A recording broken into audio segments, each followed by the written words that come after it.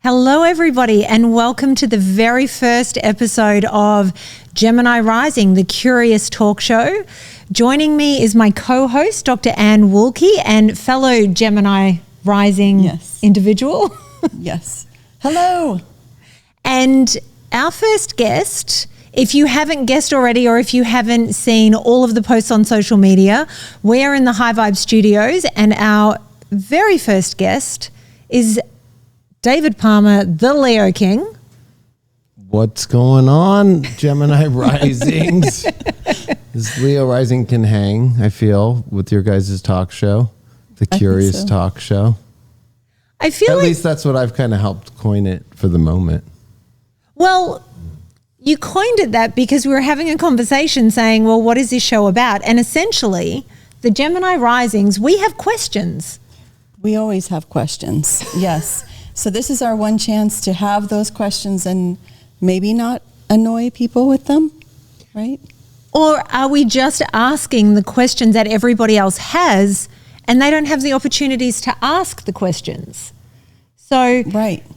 Because when we were talking about doing this show, we talked about the fact that, you know, David is such an incredible spiritual teacher in so many ways, and obviously especially the astrology, because he is the celebrity astrologer. Mm-hmm. He has all of the classes and everything like that, teaching so many of us how to be better at reading the charts. But he has so many other talents. He reads tarot, he is a psychic, he is a medium, and so I certainly have questions about that. Yes. Yeah, we all do. And I think that we were thinking about this show, you know, we were inspired by our conversations that we have around the studio, right? We sit here so many times and we have these great epiphanies that we find out while we're here behind the scenes, and we'll always be saying we should have had a show about that. So maybe this show will be that. And I also think the conversations that we have prior to the show, we often say if we had cameras rolling, that's a show. Mm-hmm. And I think that's kind of what we want this to be. We want it to be that kind of conversation. So I guess for me, where I want to start off, David, you've talked a lot about how astrology was always a part of your life, but it kind of developed as you were, you know, going through school, and you used the astrology early on as a way to talk to the girls and sort of get in there with getting the girls to open up a little bit. When did you know that you had psychic and mediumistic abilities? Oh, wow. That's a good question. I mean, I think people have heard through the internet, or, you know, it was AOL for me. That's how I found astrology, through teen chat. And then I started like dating, and so it was like, oh gosh, you know, like what's their signs, and like noticing the difference. But I knew I was psychic, but I didn't know I was psychic. Like I felt intuition, but I didn't even know what to call it, so I didn't think of it, right? I just was like naturally like, she ain't gonna call me tonight. As I'm sitting, it's like the old school days, right? Where I had the second phone line that my mom got for my brother and I. Ooh. And, you know, waiting for it with like the ringer on one, you know, and like I had like the cool kind of Zach Morrissey one, you know, but it was black. And like, you know, like I was kind of like, you know, I'd wait and the first ring, hey, I don't want to wake the house up. But I would just like, no, they're not going to call, or they are going to call, or, you know, I only got catfished once. So most of the time I avoided being catfished, but it was when I went against my intuition, I got catfished, where I like waited for this girl, like, you know, on AIM for like 5 years or something. And then she finally admitted it to me who she was. And it wasn't like I fully waited, you know, but I, you know, it was in the back of my Leo. Like, well, you know, if that chick ever did ask me to go out, for sure I'd go out, you know. But so it was when I knew the whole time all the signs were there, and I just didn't want to listen to them. But I would say it was after the military, because in the military I followed my gut, and it went against the norms of like, I need to get out of the military, and I have to get in the middle of the war, and really it was trusting my gut fully for the first time in my life on my own, being an 18 to 19-year-old, and going against what my family was advising me, JAG lawyers, guys in the Navy with me, and when I went to the brig, which is military prison, I remember the weight off my shoulders. You'd think going to prison is like the opposite, but for me it was like accomplishment. I'm finally free, even though I'm going into a jail cell. And I think it was the day I left Navcon Brig Miramar. That's the name of it. And I finally saw sunlight again, and I got to be free and go into the van to take me back to my base to be decommissioned for months. That I really was like, I saw the sunlight of my life ahead, like. And that's when I got really into the astrology. And that's when I looked at it and was like, holy cow, you know, I'm a 0-degree Leo. So at 18, I've got Mars at 18 Scorpio. So my progressed sun squared Mars, and I went into the military. And then I'm born in the 12th house. So my progressed sun, I learned about the 12th house being about prisons, hospitals. So I also had a hernia surgery at 18, right after my rescue swimming school. And then I couldn't do rescue swimming anymore. So then I went to F18. So all the typical 12th house stuff happened. And that's when it just lit up, and I started doing charts with alabe.com. And that's where I guess I would say I felt, I know I'm intuitive, opposed to I'm intuitive, but I don't know what to call it, and I'm just doing it. Mm-hmm. But when you were a child, I think that it was a little bit after you would have been a kid, but there was the movement of thinking about kids being indigo children. Do you remember that? Yeah. Or did anyone ever call you an indigo child? Or was your mom aware of that? Because I watch now your relationship with your mother, and she's such a big supporter of you and is very sensitive to you. Like you really have a great resonance together, right? So to me, it seems like when you were a child, she must have been aware of your special personality, you know, or that you had this intuitive side. Well, see, that's why Gemini Risings can help people figure things out, right? Because my mom knew I was I was the shy one. Mm-hmm. My mom makes a good joke, and my brother too. My brother was not shy in school or anything, right? And was the skateboarder doing, you know, my brother should have been a pro skater. Like, he was that good. I mean, I was great in sports. He was great in sports too, right? And I was captain of the water polo team and still shy, you know, in high school. And so, but it flipped. They never believed I would be who I am now, and on especially reality shows, or being kicked out of the military and having the military show up at my house. So my mom, she was reading spiritual books in the early 90s, and I was asking questions. Like, I've always said about, you know, men are from Mars, women are from Venus. Like, she had that book, and that's when I correlated planets with people, and then it was just that title that did it. But my mom knew, and my mom always talked more. We weren't a religious household, so it was more spiritual talk. And then my dad was very open-minded and quirky, Aquarius, and fun, and, you know, in the auto industry. And my dad always believed in like something more mystical or mysterious about the universe. So we would have those kind of talks. And my mom really made sure that we were also boys. Like, she let us be boys and learn. She's a Virgo, so she was always a nervous wreck. But you know, I didn't have a household that was very, you know, there was not a lot of yelling. There was not a lot of rules that you need to be. It was more like expecting, you know, us to be of good character. And so, and my grandparents on both sides were the same way. So it was not until my grandfather died when I was in boot camp, my mom didn't tell me, because I guess, as you would say, Anne, she's very aware of my energy, and she didn't want to mess me up in boot camp that my mom's father died, my Opa. And then I found out after I got out of the military that he was an astrologer. When I was doing astrology, it was like this big secret. And it's weird because he had a TV shop, and in the back, in a warehouse just like this, he was doing astrology. So, you know, it does have that. I guess I was lucky to have that kind of in my genealogy. But yeah, so my mom definitely knew. And I was very aware of, like, if the teacher was like, okay, we're reading a book, who's going to raise, I don't want to call myself a teacher's pet, but I kind of was more of an intuitively knowing, like, nobody's raising their hand, I'll raise my hand, I'll read, because everybody can't read. And I like to read stories. So it was like, you know, I was able to pick up on all the cues and what my friends were going through. And I actually was in peer mediation. I got asked to be in that really young in the beginning of that program. So I used to help in the high school. If there was a kid that got in a fight with another kid, the cops, before they would take him to juvenile hall, would say, last chance, peer mediation. And so I was doing that kind of work really young. So yeah, I mean, my parents knew, my dad knew too. My dad was very supportive.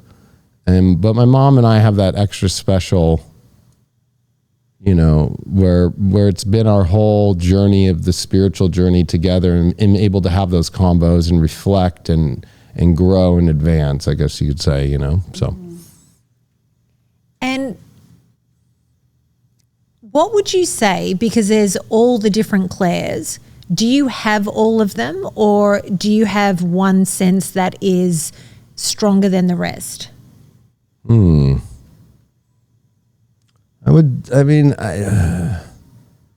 This might be a little weird to put it, right? But I would say I am somebody who believes that astrology is intuitive. It can be used as a mathematical, hermetic, calculative aspect, which I think a lot of people use it as. To me, I'm an intuitive astrologer. So to me, it was like, I didn't learn astrology. It came to me and found me. But that same energy, when it comes to, like, when I finally understood, like, human design, like, that just came to me, or the destiny cards actually came into my life before human design. And that made a lot of sense to me. So I would say it's like an undescribable, we don't have a name for it. We call it intuition, or we call it maybe channeling, but I would say it's something different. I would say, you know, it's like a divine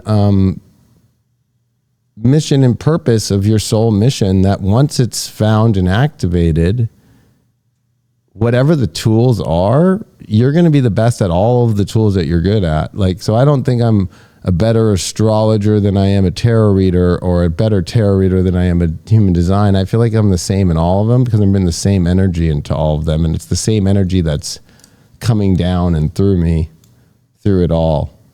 So, you know, I and that's where I kind of don't like to pigeonhole myself. That's why I just call myself the Leo King, right? You know, I think I am, like, in a moment of rebranding of just, you know, I think people never understood what celebrity astrologer meant. It meant I'm the astrologer that became a celebrity astrologer, not because I do celebrity readings, because I am the I do them. I've done the most United States television in it, right? So, like, that was like becoming what, you know, you see in Mexico, or you see in other countries where astrologers are on the news more, or they're like more of a celebrity themselves. America didn't have that. And if you try to say that was Susan Miller, it wasn't. You know what I mean? I'm sorry to say it wasn't Susan Miller. No. I have a confession to make. Sorry, you probably have a question, but I have to say this. So I've told this to you before, David. I used to read Susan Miller religiously. And I think it was before I even discovered you. But when I went to do The Bachelor, we obviously, when we were in the house and I was there for 2 months, we had no access to anything. And I remember sitting there with, I always call them the minders. That wasn't their job, but we had 2 women that would on rotation live with us for a set number of days and then they would go and swap out.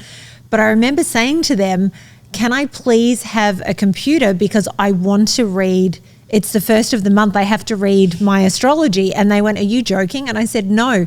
And it was Susan Miller that I read. And in my Facebook memories the other day, it came up that I was annoyed with Susan Miller because she hadn't gotten her report up on time. And I laughed so hard when I read that in my memories because I just went, oh, I can think of nothing worse than reading her astrology at the moment. Sorry to any Susan Miller fans. I don't even know where does she put her astrology? Oh, she's in the New York Zone. Times or oh, okay. So okay. But that's just a by the by because it's. Well, if I could just say, like, the thing about it was when I looked at somebody like her, you know, she did some TV stuff, but it was like, it was like boring. So like, for me, it was like in the early, right before 2010, right? Like when I, actually all the way back on MTV in 2006, after I did Parental Control in 2005, I did Next. And so when I was on the Next bus, I was the 4th guy in the bus. So there's 5 guys and the girl next did the 3 guys in front of me. So I'm like, and I've said this story sometimes, but you know, most people laugh, but you know, I was on a lot of drugs. I was on weed. I smoked meth on that bus. It's all on a MIC. Like if you look up, Next was the Tinder, the future of Tinder, the article, it's about me. It's crazy. If you go on the internet, it's a huge piece. It's like still to this day, one of the biggest pieces. And I talk about how I got in trouble because in the Next bus, they black out all the windows on the RV. And I was a smoker and I smoked weed and I was doing meth at the time when I was young. And I did all that in the bathroom. And I remember being like, and I got in a lot of trouble because they started smelling the weed and the cigarettes. I'm like, oh, I was just smoking a cigarette. They're like, we smelled something else. I'm like, well, then let me outside. They're like, you're not allowed to know where you're at. I'm like, I need to smoke. So they let me out. I'm like, whoa, I guess we're in the Hollywood Hills, like parked along this road just in the Hollywood Hills. So, but then they're like, yeah, that's all you can know. Like, you know, cause I didn't know if I was at the beach. I didn't know, you know, in that show you come out and it's like, I was thinking they were going to have like a beach situation. Like I have to like run through hoops or whatever to impress the girl. But in that one, I'm like, I guess I'm going to go with how it is. And it was a Renaissance theme. Perfect. And so I had to like eat a meal with her old school by her hands. And I wore this whole Renaissance outfit. And I asked her, what's your sign? And she was a Libra and I'm a Leo. So I'm like, and she understood astrology. So she was like, oh, I love that, you know? And so she played with it. And I fell for it because, you know, on that show, I have the option where if she goes, well, I want to be with you, I either take the date for the future or I take the cash. And at that point, the date was like 2 hours. So it was like $200. So it was like $100 an hour. But I was like, oh, she's pretty cool. And then it ended up being a celebrity, Brianna Evigan. And she got like Best Kiss in 2008 on MTV for being in Step Up 2. She was like the Step Up girl. And she was like, yeah, I just did this for some real stuff. And I have a boyfriend. And I remember being like, oh, I just got punked, like, you know. But I remember doing astrology that way and it got out and people recognized me all for a long time. And then when I went on True Beauty, I'm like, I'm going to be the celebrity astrologer. There's no reality TV astrologer that's like a badass on fucking ABC, like living the life. And especially in Vegas, that show was. And then taking it to where I did to do all the other talk shows with all the bigger hosts. Like you didn't see Susan Miller on Steve Harvey. You didn't see her on, like she didn't get that big. She might have gotten on a news network. Like I did those too, but like she wasn't on talk shows, like big, like 30-minute things and me helping a girl find love through all those guys and working with the producers and stuff. So it was setting a mark and that's what celebrity astrologer means. And yes, I do tons of celebrities. I do them on TV. I've done them on TV too. But I think with Susan Miller, have the charisma and the ease with which you talk about all these things. That's just my observation. But I know Anne has some incredible questions, but I just want to ask one other question that kind of bookends what we've been talking about. So you're also a medium. When did you discover that you could speak to the other side, and were you freaked out the first time you saw something? You know, I was doing readings in my apartment in Hollywood in 2013. And even the readings I was doing in 2012 and 2011, like it would just be like one out of like every 100 or 200 readings. Like I would just be like, who's so-and-so? Why? They would always go, why? And then I'd be like, because usually I always channel somebody's guides. Like I've always said, maybe one guide comes over their shoulder, two guides, or a stadium if it's a really gnarly situation of guides, or sometimes even more than that, or sometimes an old historical figure like George Washington's come a bunch, or just like really weird guides have come by. But sometimes that guide will be not a guide, and it will be a totally different energy. It'll be somebody that's come through from the other side, and it'll be very on point with what it is. And so I never promoted readings for mediumship. But then, of course, John Edward found me in 2014, and it was like a really crazy time because I was with some friends that I had met, because this one girl, I used to be on Yelp, and some girl hit me up and I did a reading for it like 3 a.m. And then we became like friends on Facebook, and she was super cool from Detroit. And then there was all these friends from Detroit, and they came to LA, and then they were all in San Diego, and we stayed at this hotel that John Edward actually was doing an event at. And we were like, oh, maybe we'll see him in the lobby. Didn't happen. And then my mom was like, because he did like multiple days, she was like, oh, I went the day before you guys got there, or whatever. And then like a week later, John Edward just was searching, or that weekend, John Edward was searching for full moon, and then he found my videos on YouTube, and then he hit me up, and we talked, and then I went to Atlanta to his Evolve, network, and it was like a 2,500 person theater, and he just was like, you're coming on, and you're gonna help channel, do your medium and astrology with me. We're gonna tag team people. And I remember having almost a panic attack because I had never been in front of 2,500 people. And it was like I just got off the plane, got into the hotel room, met him for the first time, and then we're in the fucking SUV, and the next thing you know, I'm fucking like being thrown into that. And it was gnarly because I'm like giving birthdays of the person who passed that he's picking up on, and then giving messages. And yeah, it was pretty wild. And he helped confirm it to me, because on the way home, he had told me when we were done, he was like, I have to finish the last half of the show, so just sit down. I got you this cool place in the theater. And he goes, just pay attention to me and see what kind of energy you feel around me. I'm like, okay. And then we got into the SUV after it, and then he goes, what was the energy you saw behind me? And I'm like, this might sound really crazy, but I saw Thor. And he had that written down on a piece of paper. Wow. And that's how he kind of knew, and he described me on his show as like, all my guys just come in and he says like, and just blam, So I respect him a lot for giving me that opportunity with mediumship and astrology and promoting me. And, because like he was somebody I watched when I was a kid, crossing over.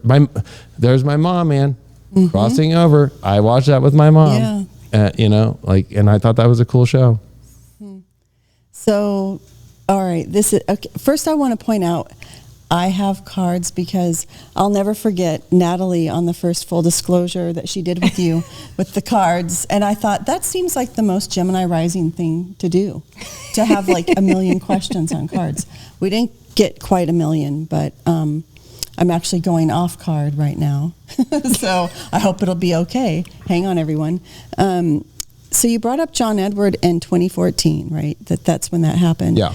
And one of the things that I was thinking about in preparation for this show is how you came along at a really interesting time. So you're not only a Pluto Libra when most of the people you grew up with are probably Pluto Scorpio, right?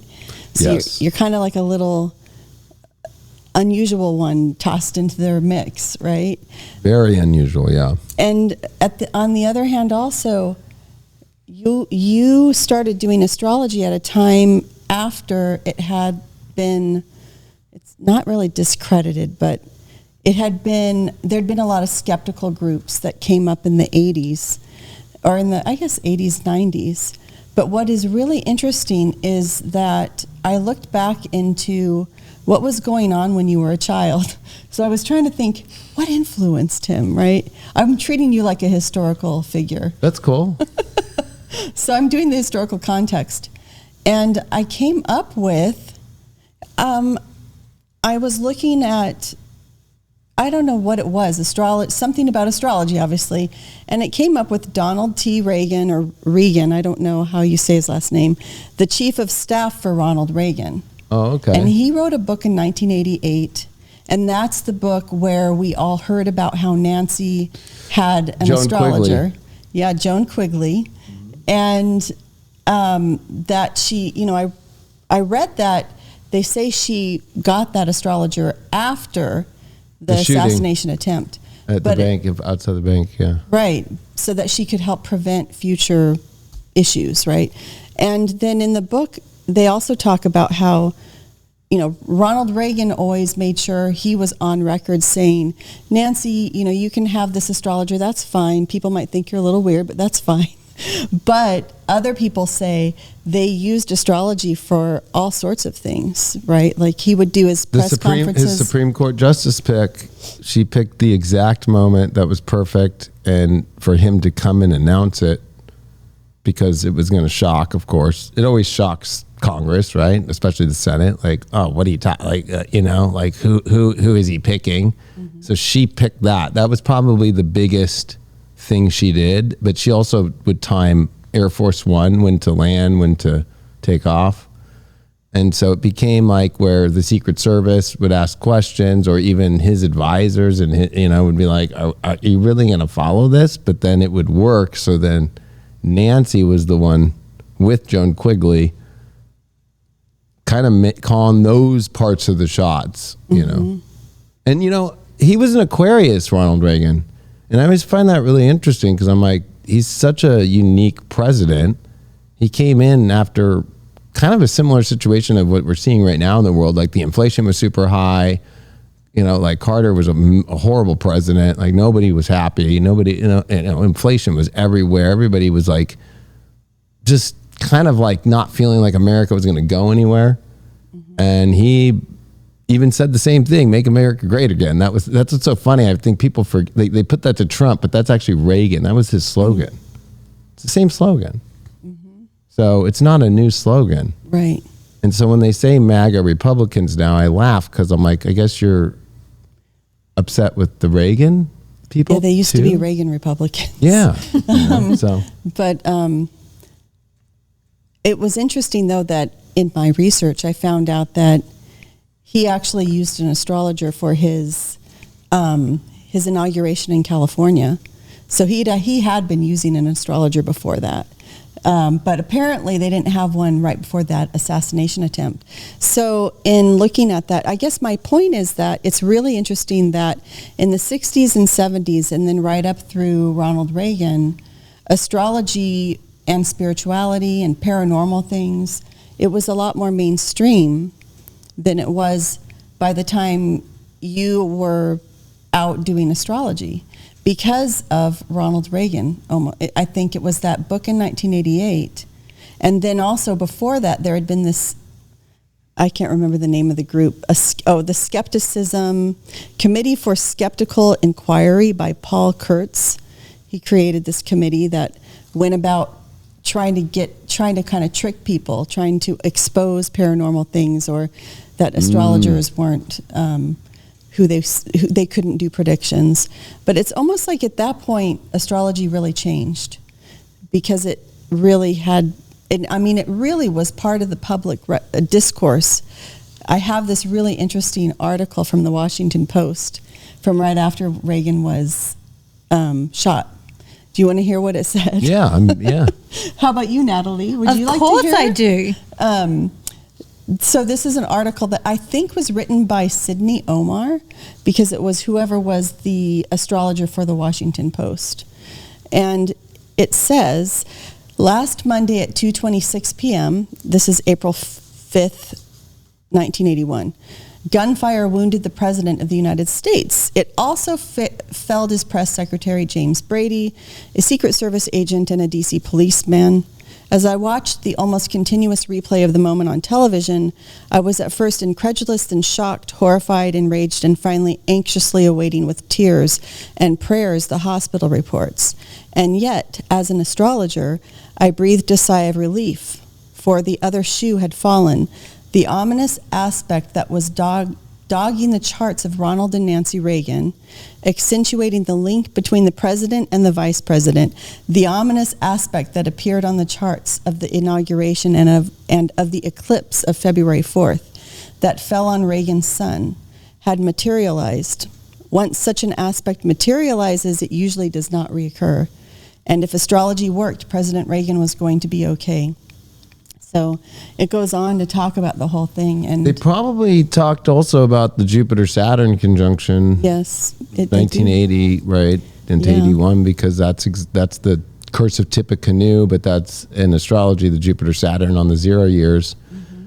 And I've covered that. We've covered that before. And even, they always cut it off at like 1840, but, we've gone back to 1800 and been like, oh, that cycle brought in, of course, the whole Aaron Burr, once it got to the next phase, or, James Monroe just completely taking over the whole entire electoral votes, of 1820.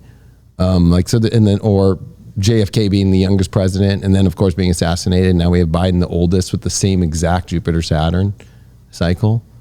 But it did do a little bit different because it conjuncted in Aquarius for the first time, like we've been seeing it in Capricorn at 29. So I really think that when you're talking about that time period, what influenced me the most actually was the big Hubble moment in the 80s that my grandfather, my father's father, was showing me, because he was, he was an accountant, but he was also a mathematician, and he worked at McDonnell Douglas with using their first computers to help accounting, right? So he was part of Scientific America. He was part of all of Scientific Nova with laser discs and showing me the planets. And I got to see out of telescopes out of our beach house in San Clemente and see the planets and actually see Saturn with my own eyes when I was young. And he taught me about it also. So I didn't go into astrology knowing astrology. I went in knowing astronomy. I already knew the rotations. I already knew those cycles. I already knew what the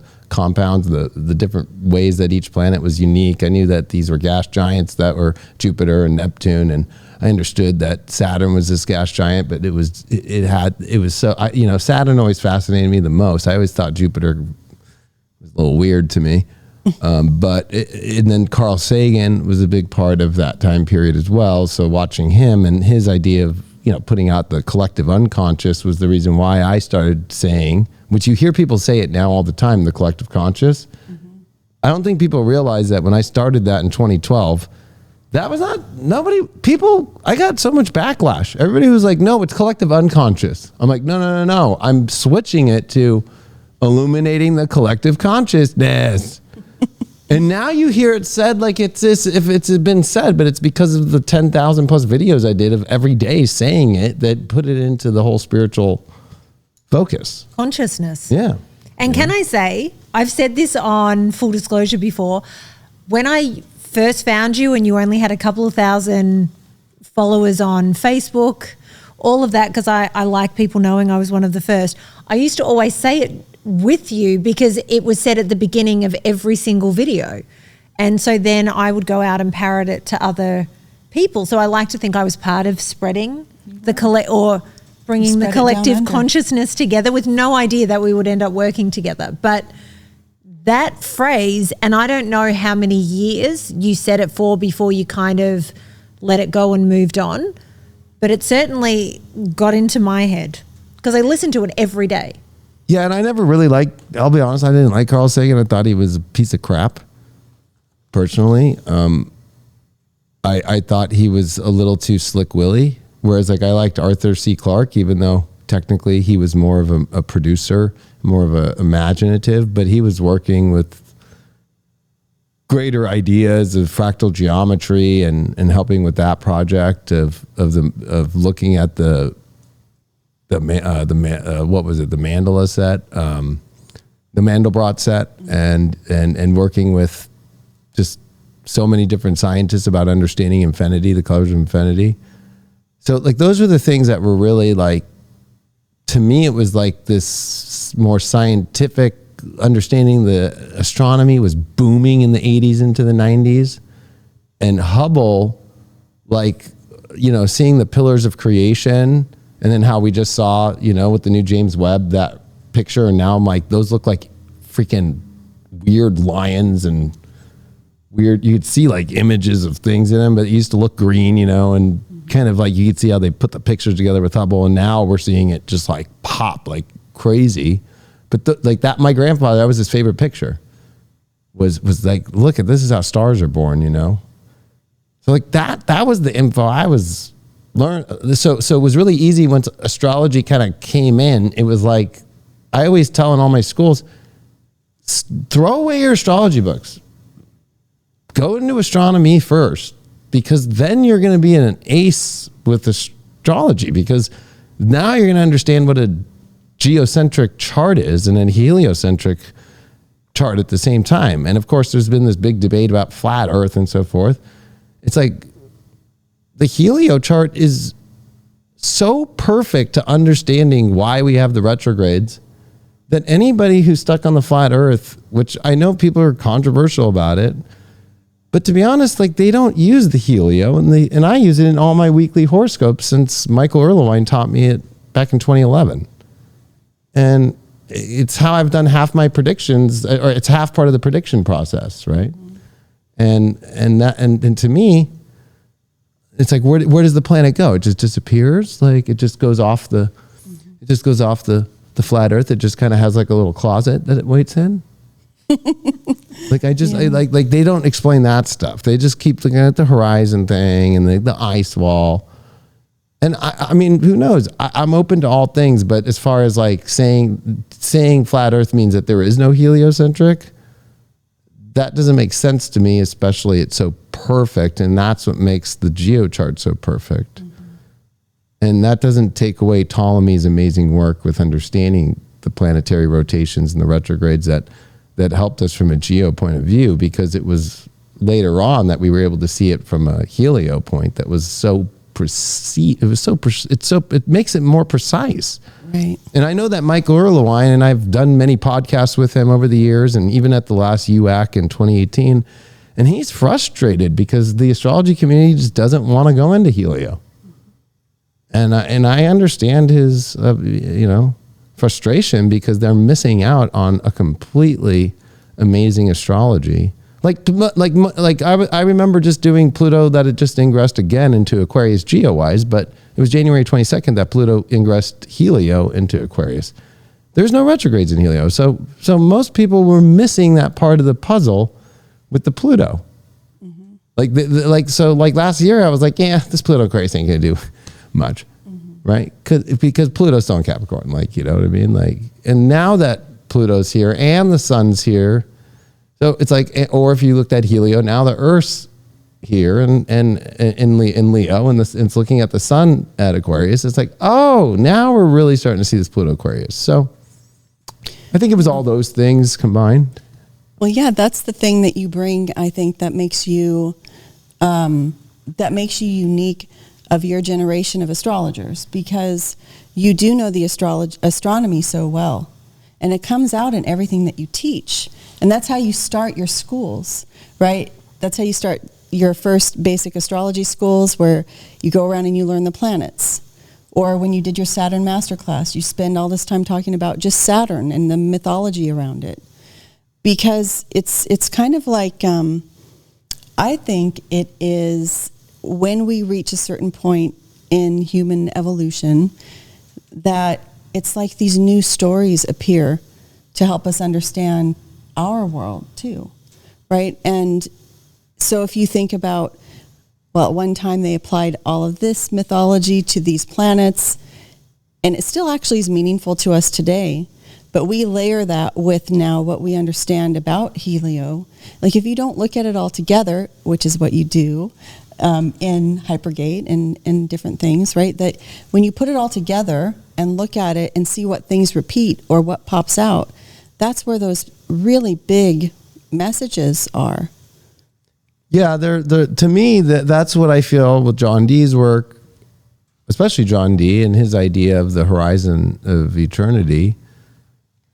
The understanding of that farther piece that we're looking for, that's connecting all the dots. A lot of people call that God, and all that God's created, and Helio is that next place to go to get even more of that insight.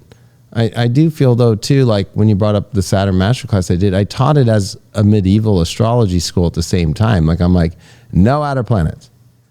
But also the old way of looking at medieval astrology of like what Saturn is doing and how everybody's Saturn in each sign is like sorry, you're born with a bad Saturn.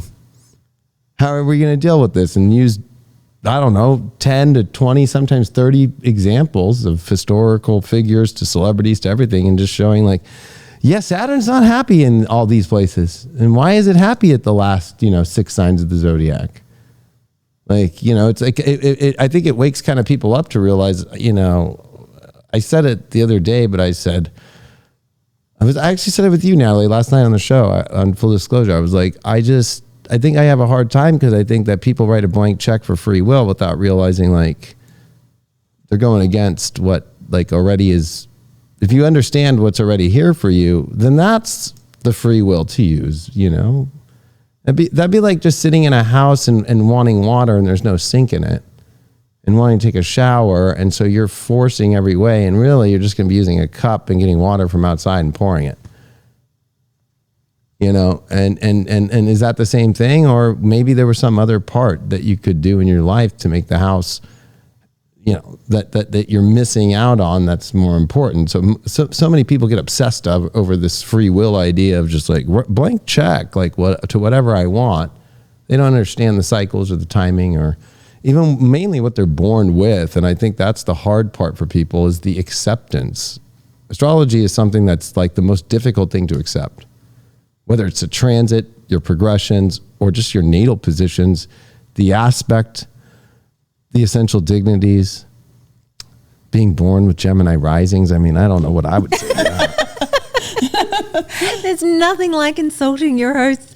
I actually thought about this. So anyone that hasn't watched Full Disclosure, that is on High Vibe TV, you have to watch last night's episode to know what Dave and I are sort of referencing. Anyone who's not on the app, you have to get on it so that you can watch Full Disclosure, because it's an awesome show. But I was thinking about this today as I was getting ready, because I was just thinking about last night's conversation, and it always makes me laugh, because I feel like with the manifesting conversation, we always do sit. I don't think that we're in opposite positions, but I think we come at it from slightly different positions, and I completely understand where you're coming from.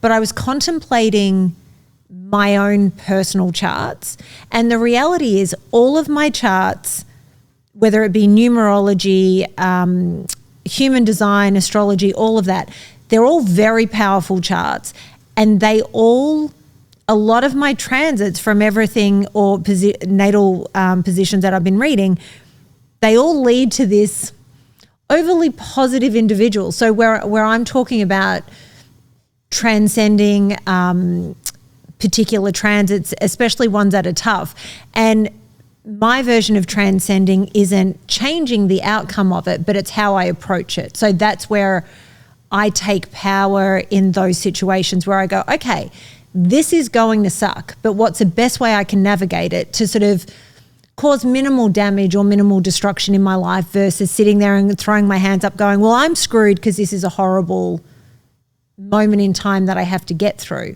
And so I think when I talk about manifesting things, I'm coming at it from a manifestor. And then with those natal positions that I have and with the numerology that I have and all of that, it leads me to kind of go in this very positive direction where I do believe I can transcend a lot of it. But I also think that my superpower is that I have an understanding of all the charts, so I know how to work through all of them. And so I think I say all this because I'm curious. So hearing my logic behind it all, am I essentially doing what you're talking about anyway, that I'm aware of what my chart is and the limitations and then just working through it? Or am I coming at it from an angle that you just go, no? No, I respect your angle, but I think one of the most best questions I've ever been asked, like on a consistent basis, but it's not a lot. But as far as like, there's a lot of questions that come consistent as being an astrologer. But like one is like, well, you're an astrologer, so like, why don't you, you know, like get through stuff maybe easier? Why don't you like, I don't know. I think I've done a pretty good job because people would usually say, why don't you know how to make $1 million? I was like, well, I did do that using astrology, but like, it's like the main one is like, I was in that position that you're talking about in 2013, 14, and 15. And my anxiety just every month for that 36 months kept escalating. I had a reading with Jeff Jower, October 31st, 2014. And he helped me a lot. And then he passed away in 2015. So it was like really, I was very lucky that I got a reading before he passed. And he's one of the best astrologers of all time. And he showed me some stuff in my chart that I didn't realize I was going through, right? And I remember like when this position will happen, then I'll feel it's going to go away, right? Starting to get that like, and then it became to where I had like 6 things happen and it didn't go away. And my panic disorder became agoraphobia at that point, to where I wouldn't leave my house. Like I was having panic attacks 9 to 12 hours a day. I was in the ER multiple times thinking I was being poisoned, and they were just injecting Ativan in me and just being like, no, you need to go get help. And it wasn't, and I realized it was like, we all have to find our own pattern. So for me, my pattern is going to be different than yours or Anne's or anybody's, of where it's like, this is going to happen and it's going to be difficult. And it's, so when Jupiter comes into my 12th house, whether when I was young, it made me forced to have to be not so shy and communicate in school. That one, of course, when I was so young, it really didn't affect me as much. But the first one after that was when I was in prison, in the boot camp, hospital, all that shit. Being in just 12th house world, that was horrible. And then when I came back around again, was in 2015. And I literally was at my wit's end. Like I was doing the videos every day. People could see my hair. It was like not up. When a double Leo has their hair down and their crowns down, there's problems.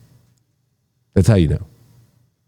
So I was that bad. And I remember being like, well, the only thing left is Jupiter to get and cross my ascendant. And it was when Jupiter was like a degree away, and that was a very rare year because it was the Venus retrograde year. And 8 years ago, just how we just had a Venus retrograde from Virgo to Leo, but this one we just had was Leo only. They both conjuncted at 28 degrees and squared Saturn in Scorpio. And I remember being like, oh my God, thank God Jupiter's coming out, but Venus is coming back in the 12th house. And Venus didn't hurt at all, like in retrograde. It helped prepare me. I went through a 5-week outpatient behavioral health, for my mental health, just for 4 hours a day. And the whole time I remember being like, that's all I had to do was go get help and go to therapy and go to group therapy and start getting into therapy and get a good psychiatrist and have those psych evals in those 4 hours a day. And I'll be honest, I tried everything. My journals of those times are the worst. And I think maybe it's my own personal like bitterness from it, but I'm never going to sell somebody on getting too overly positive when there's going to be, if I see it where it's like, and I'm not just talking about Jupiter in my 12th, because it was also my progressed sun leaving Leo, coming into Virgo. When I start seeing like a massive progression that's once in a lifetime, a massive transit that already is, I've already called you out, like, and let's say in a reading, like, this is happening again, this is that, right? Like, and then you're having these harder things on top that you didn't before. I'm going to offer the positivity about understanding what's happening. To me, it's the positivity of like, but the acceptance of like brutally, like you need to accept this. And it's not about whether it's positive or negative or not. It's whether or not you're ready to evolve and you're ready to look at your life. And it's always what we want to avoid and push off to the next day. And that's the hard part about it, is like some people, I feel, miss those opportunities. I don't think that just because a planet will finally be done or all those transits finally loosen up, if anything, I feel people miss evolutionary opportunities opposed to it being like, how do I get through it more positive? I feel like it's more like, are you going to evolve or you're not? Because I don't believe that everybody just evolves fully, like, but I also feel that the irony is that when people think that I gained all this knowledge and I now am better, I changed. I said this last night. I said, you are naturally evolved if you're aware enough for it. And our egos are deeper than we think. We actually think that we evolved through a transit when the transit evolved us. And so we like to give ourselves too much credit when really we didn't do anything. It was just whether or not we were willing to surrender or not to it and accept it. And we live in a world right now that's not built for anybody to go through evolution, because society and working and ever since the Industrial Revolution, there is no time to process these things. There are no, like, I guess, like, because we just had a baby, Sophie and I, right? Like, she wasn't working, and it's not like with my business, I get like, oh yeah, I can just take off 6 weeks or 2 months or 3 months, right? Like people can get. Like, we live in a society now where maybe we should be looking at, hey, this person's going through this. There's no way to avoid this. Like, they need some time off. But that's why you see so many suicides now. That's why you see so many horrible things happening to people, because we're all getting it collectively, but there's some people that it's just like their charts were set up in a way for it to be the most extreme evolutionary process of their life, and they have no idea.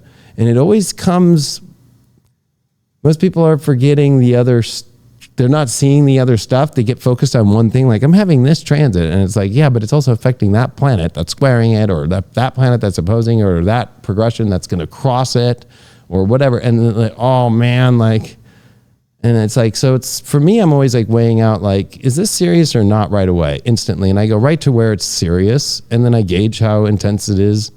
And I already know within, 20 seconds, not even, like, if I'm dealing with a 10 on the Richter scale earthquake, or if I'm dealing with a 2.0 aftershock, So I don't know if that answered, but I think the over positive thing works most of the time until you get to that part of those evolutionary moments, that it really actually buries you. Because I kept doing that. I kept writing in my journal. I kept doing it. I kept being so positive, and if anything, it brought me the opposite direction and put me in a place to where I was writing in my journal, like, I felt like I was going to die, but that's part of the panic attack, right? Like, in the agoraphobia, like, I was just like looking.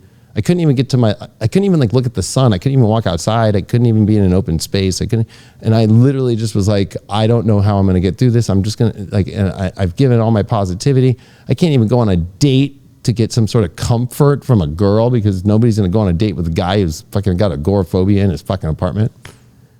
Like,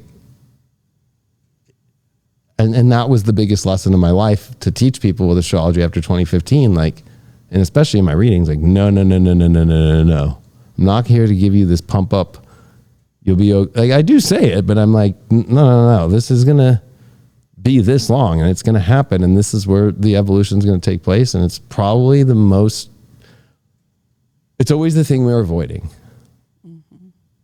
And that's I think the hardest part. It's what we're always avoiding. It's the breakup we're avoiding. It's the help we need to get that we're avoiding. It's the job that we need to leave. Or the steps that we need to take to give ourselves more in ourselves and credibility, which I see a lot more of in the world than I do of people actually I think self-worth is the number one biggest problem on the planet, as far as what I see from 10,000 plus readings. But that's one of the things I wanted to mention, and I think that you really kind of stumbled into this, that what I think makes you unique about how you do a reading is that you do know all of the mathematics, you know the astronomy, you know astrology like it's a native language, right? It's not even a second language for you anymore. You just know it. And the best part about what I see you doing for people, though, is that you really do use the intuition. And that's probably why Natalie and I wanted to kind of get at that aspect, because I know there is probably a mathematical thing you're doing or something you're noticing in the chart. I don't know. But you just know exactly what to zone in on, right? When you look at someone's chart. And you always approach a reading from a place of compassion and empathy that you've been there as well. So every time that I hear you talk about how you've done readings, or if you do a reading for us while you'll look at one of our transits while we're sitting here, it comes out all the time. Even from when you talked about doing readings on the phone with people, right? That you are taking it a step above and really approaching it from this place of offering something for healing, right? You really do take it as an aspect of being a light worker. And a lot of astrologers are just looking at the chart or the aspects. People get lost in, well, Mercury is aspecting Chiron in this way, and it means I will be having negative thoughts, or, it's a square, it's just, there's so many people out there trying to do it, and that's the way you learn, I think, is by continuing to look at those aspects. But there's something you have that I don't think it was learned. It's just an inborn aspect of what you do. Can I just add to that, though? I think the historical knowledge that you have adds the extra layer. It's the cherry on top. And this is what most astrologers that you see on TikTok, Instagram, that are putting their sort of short, whether it be 2-minute or 10-minute videos out, they do exactly what you're talking about. They talk about the aspects, and this is what it is. And you can tell it's what they've learned from doing a class or reading a book, maybe a couple of books, but they don't have the historical knowledge behind it. So I feel that your readings are powerful because you've got the knowledge about the aspects and what it all means. You have the intuition, which comes in and I think goes such a long way, but then you've got the historical knowledge, so you know the cycles of what goes on with that. And I think any great therapist, not that you're a therapist, but I think when you're an astrologer, you kind of are in a certain respect, because you're dealing with people's personal lives, and people tend to open up when they're going through a reading. And my greatest counselor that changed my life, and I did really intensive therapy for 5 years, she wasn't the therapist that sat back and said, well, what does that mean? Or how does that make you feel? We talked like human beings, and there was never an ounce of judgment, because most of the things I was going through, she'd been through, or if she hadn't been through, she had a curiosity, and there was zero judgment. And I feel like you, when you're speaking with people, come from a very similar space, and you're not afraid to open up and share your story, which is why we're able to have the conversation like we're having today. But then you add the historical element, especially for these transits that only come around, every 140 years or something like that, and you add that to it, and I think that changes it in a way that most other astrologers don't do. Well, and I to kind of connect what you both said, like the answer to that intuitive astrology question would be the way that a Christian connects to God through Christ, right? It's like a Wi-Fi password to God, right? Like, I'm not going to take the Islamic route, right? So I'm not going to Allah, or I'm not going to Muhammad, right? I want to make sure if like, I'm speaking as if I was a Christian, like, I want to make sure that I'm going to God that way, or else I'm going to hell. Well, the universe has a way of like making sure that we're accessing the divine, God, the source. And if you think of the world today and you think of encrypted keys and how we're seeing, you know, the way that those keys change, or like, you know, now with second factor authorization, right? Like the numbers change every, like, you know, 10 seconds, right? And like that has to be it. Like, for me to dial up, I don't do the typical thing like, hey, what are all the questions that you want answered in your chart? Mm-hmm. Most people know, who's ever gone to reading from me, I'm like, I'm going to answer your questions without you even saying anything, right?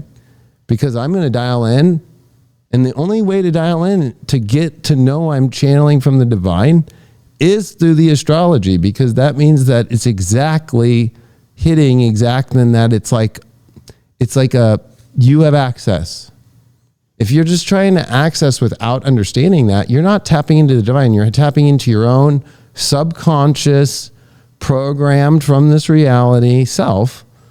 And there's many other environmental factors and so forth that to pop out of all that and then to connect and to actually be like, hey, I know this is happening and this person's chart's this. And it's weird because for me, it's not like I teach it in Hypergate, you know, it's like a boom, boom, boom, boom. It's like all the passwords all at once, all the understandings all at once, and then the key unlocks to the door.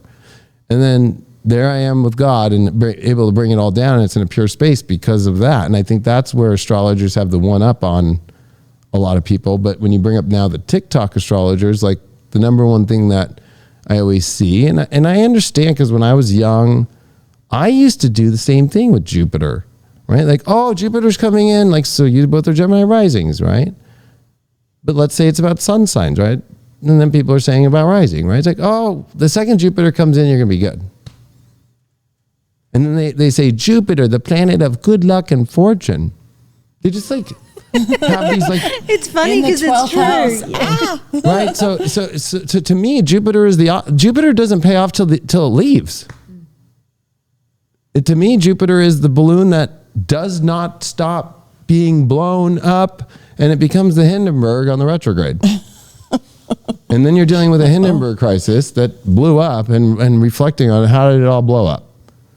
And the understanding and the lessons and the adventure and the learning and the knowledge that you gain is after the Hindenburg falls. I'm not building another Hindenburg. Now I'm going to go about it this way. It reminds me of like how antidepressants work, like with reuptaking the serotonin. Like, oh, we're going to make sure that we get the receptors to not take the serotonin and discard it. We're going to let it to where the serotonin can just keep staying in there. And if they put me on an antidepressant, one pill, they say that shit takes 3 weeks, one pill. And I was up for 3 days and I went to the doctor. They're like, hey, you can't be on that shit. That shit made me fucking crazy. I was like, well, because I have too much serotonin already, right? It was like, I was going into serotonin syndrome. I was sweating. I was fucking like, it was crazy off one, and it was a half a pill. And when I learned that understanding, I was like, that's so Jupiter. The situation that it's too much. There's no stopping it. It's just a planet that never stops expanding. So people look at that as a good thing, but geez, where the opposite of Saturn is like, yeah, we're not expanding shit, but sometimes in life you want that, and then sometimes you want the expansion. So there's so much, misgivings giving out there now in the TikTok astrology community of just like, they use these like simple things too, like, oh, you're gonna have good luck with career and you'll probably get a good job, or you'll have a good relationship, or it's so simple. And that's like what I guess people want, and that helps. So I'm not going to say that stop doing it, but I feel like I'm just the place to where it's like, you ready to come over and like figure it out now?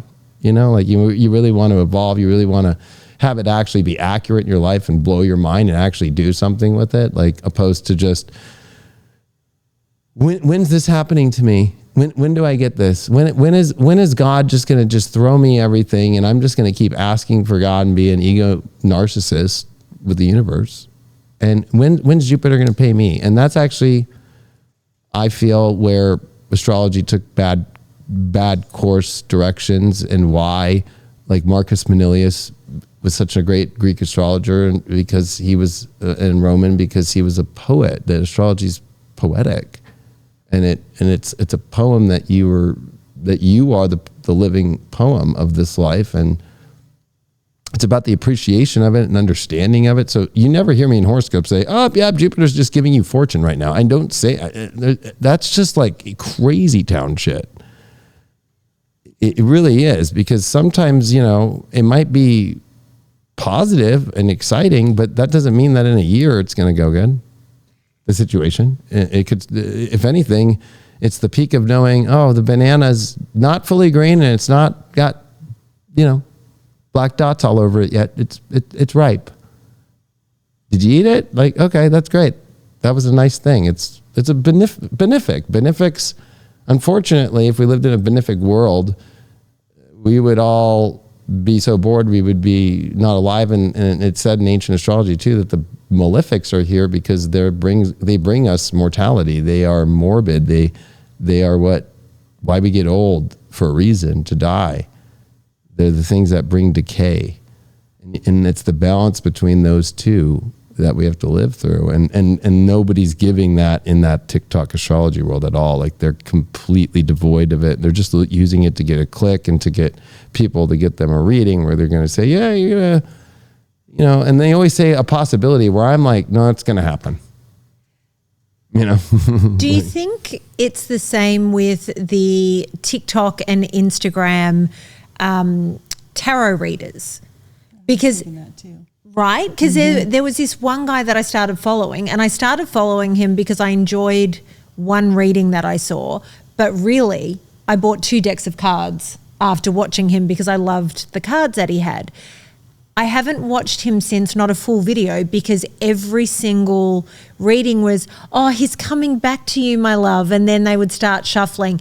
And then I noticed that every single TikTok tarot reader, it was all, oh, he's coming back to you. And everyone in the comments going, claim, I claim it, he's coming back to me. And I get it. We need positive messages. Sometimes it's that'll get us through a dark moment, just the hope or the belief that this great thing's coming. But I always watch it and think, I don't want any of my exes to come back. There is nobody in my past that I'm sitting here pining for going, come back, because things end for a reason. But do you think it's the same thing with the tarot readers on TikTok as well, that they've figured out the algorithm that if we talk about love and it's always sort of in this positive space, that's what gets the clicks? And then, because this always comes up on the high vibe community, Deep Love Tarot, that show was such a huge success. And largest tarot video ever done of all time. Exactly. But part of it wasn't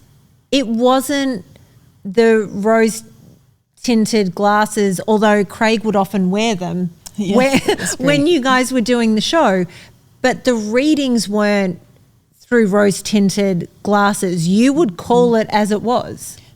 But don't you think it was really popular, and it was kind of existing before a lot of those TikTok absolutely tarot they people weren't came around on. yet. Mm-hmm. It's like that started to become what people wanted to hear more, and then Deep Love Tarot maybe wasn't the thing they wanted to see anymore, because I think during that lockdown time, people had a lot of time to sit and really delve into meaning and significance. I mean, it'll come back, but I think people right now are just like, you'll be in a chat and you'll see someone jump in and say, have you gotten to Libra yet? It's always the Libras wanting to know. Then it's just like, is he coming back? It's the things you're talking about. That's what people want to know. That show was unique because it was no order, putting all the signs in a random order in the gold cup, for me to pick. So it's a true reading, right? Right. If you're going in order for tarot, it's bias already. Right. Right. So that's like, because it kind of reminds me of like roulette. Like, okay, we're really going to let the universe pick this shit, right? But then the other parts were I used so many cards and different decks, and they were not in any way that anybody has ever done before, right? Like, and then having the oracles at the end to add with on top, then using tarot and being extremely harsh and then using astrology. Cause I would say the astrology, like this is the week where it did it, and on every sign, and I would give their solar astrology to them. And then I would look at it through the lens of that. Mm-hmm. And that's where you don't see tarot people doing, right? Mm-mm. And that's why most tarot people it doesn't fit. It doesn't stick. It might stick for the second because it's like a little like, I hate to use the expression of a candy, but it's like a nerd just like, ooh, I got one little, but then it goes away quick. Like a little nerd, like, ooh, yay. And then, it's gone. And then because it was like, no, this is not good, right? Or, you know what? This is good, but there's still something here. It was so rare to get an actual, like, this is amazing. Right. Right. And then it was also evolutionary where I was like, you're still evolving in this place. And if we all know relationships, like the idea that relationships, like I'm going to have a perfect relationship and it's going to be good for 20 years and there's no problems for 20 years. Like, that's just crazy. Like every week's different. And so like, I never did it about like, who's the person coming back? I never did that. I would say somebody might come back if the right cards came up for that. And then I would ask, should they? And then I'd be like, no, based off all this shit. And then I would get super specific. Like it's an ex coming back who was already fucking somebody that was your friend that was da-da-da-da-da. And they're fucking now thinking about this shit. And they saw, whatever. I got so specific on that show. And that show was hours long, but it was beyond entertaining. We also showed, I still don't see it. People are just sitting at a desk and they might get a second camera or they don't show their face.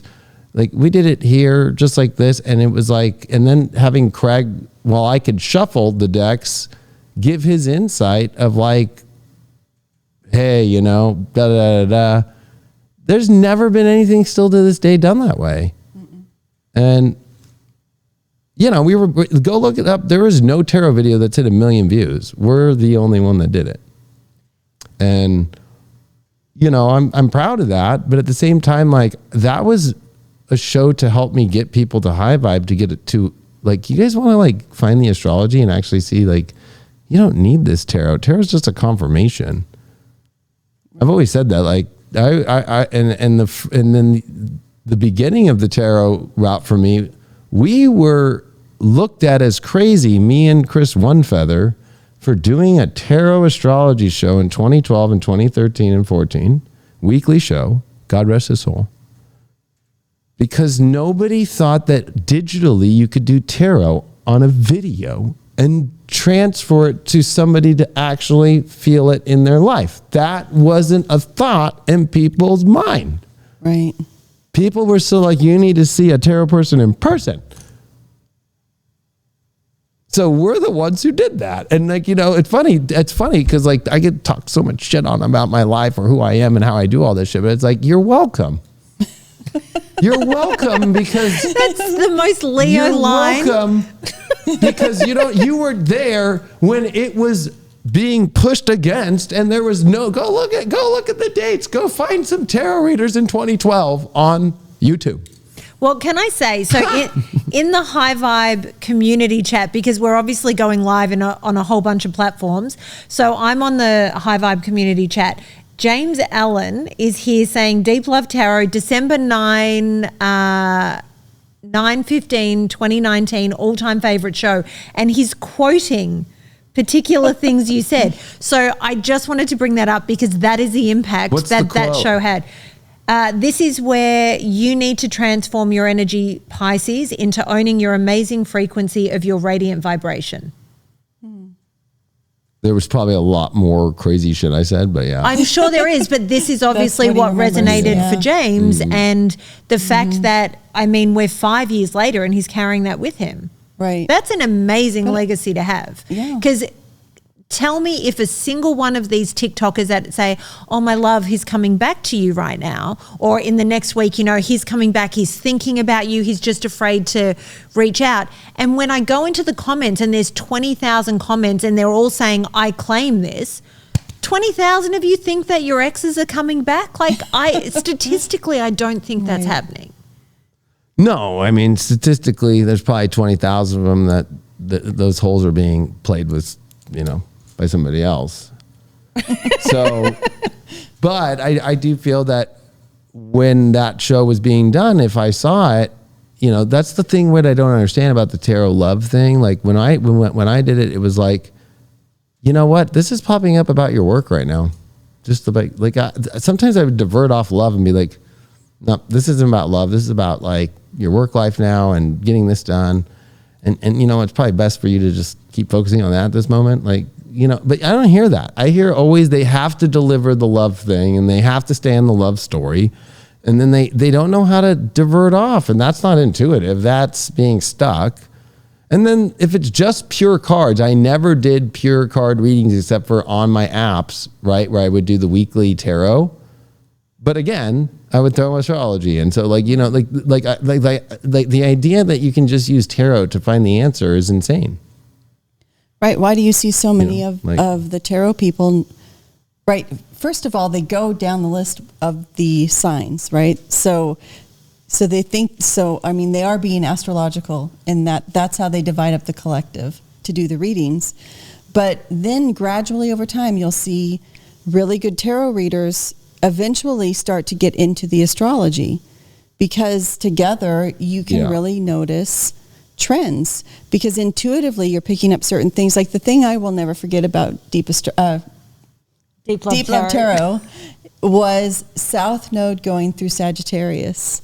Oh, and me wrecking the Sages every week in Sag and Risings. how mad people were so sad about that. It's funny and you they say would get it. so upset. Amy in the chat is saying as a Sagittarius, and she said it before you brought it up, Really? so I didn't mean to cut you off, but I love David's tough love. Sometimes I needed it. And people do need that. South Node's going through Libra right now. Oh, and Pluto squared my sun for I don't know how long. That was a while. And I mean, Libra was not getting really lovely readings at that point for sure. And my life was really kind of crazy, or it was going through a lot of transformation. But there was a lot good too. So why are people afraid to hear the other side of the coin? Why do they just want to hear about their twin flame coming back? Well, and that was what was funny is we didn't do twin flame on that. And then the reason why, like the Sages were hilarious to me because especially when the South Node ingressed into Sag, it was more than that though. It was like Sag had such crazy it's about the evolutionary astrology happening and understanding that coming into the tarot reading. So it's like, before I'm going to fall for these cards, reminding you that I'm not going to be this hard on you forever. Like, you know, and like I proved that by, if you follow me long enough, then it's like, you know, Sag is right now that I'm like fuck yeah, this is starting to finally clear in your life, especially now South Node's out of Scorpio, and after all the fucking Scorpio shit and the solar eclipse in Scorpio last year and fucking, right? So Sages are in a much better space than they've ever been.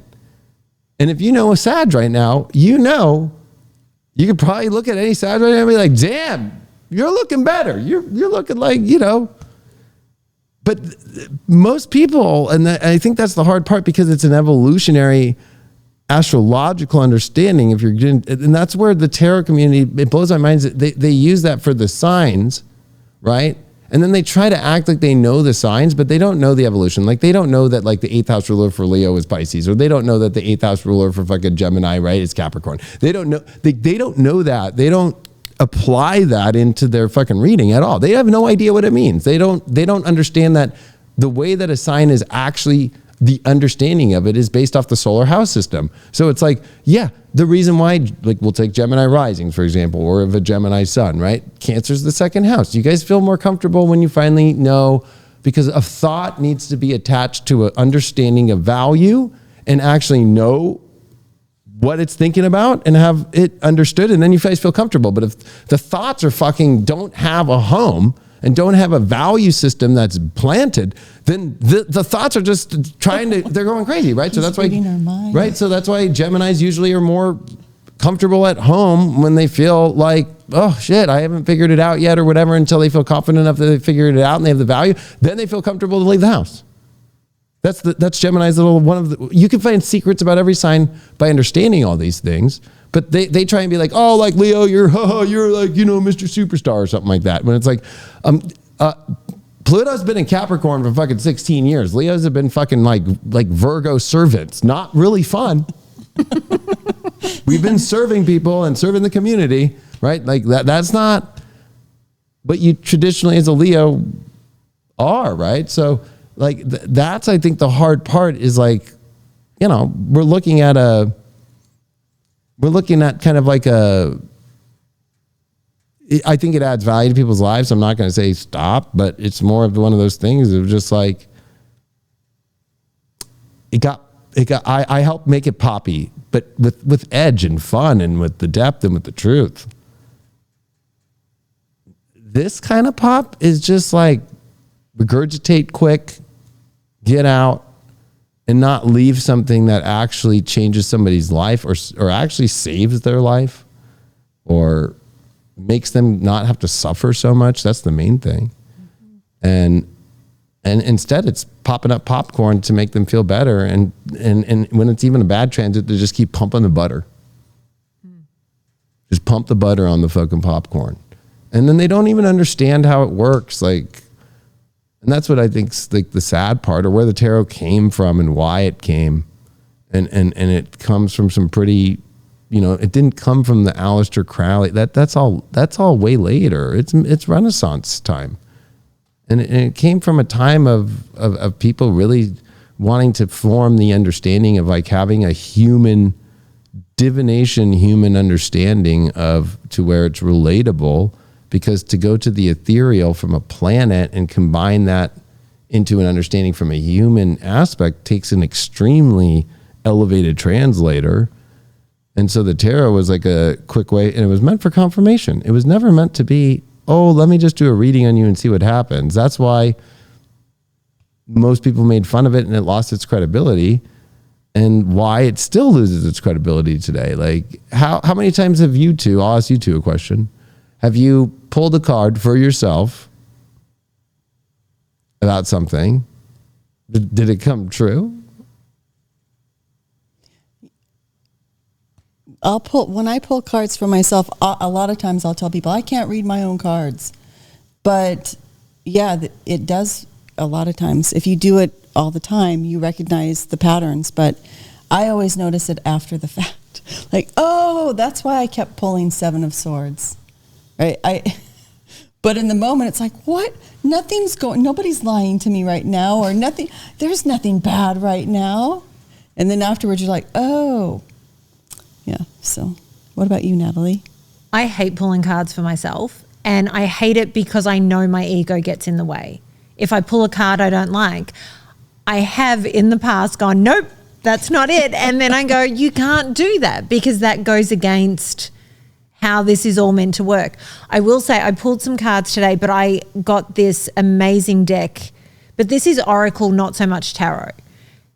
And it's... Oh, you already know my opinion on that, yeah. Dearly departed messages, and I did it with Anne. Were the cards accurate in your opinion? I'm curious. I'm genuinely curious. Yeah, mostly. I mean, except for the one card that said "Meet me at my our favorite place," or where I barely knew my grandfather who said that to me, and I don't know what our favorite place is. But it doesn't mean it didn't work. It just means I don't know. Yeah, I'll find out one day. But.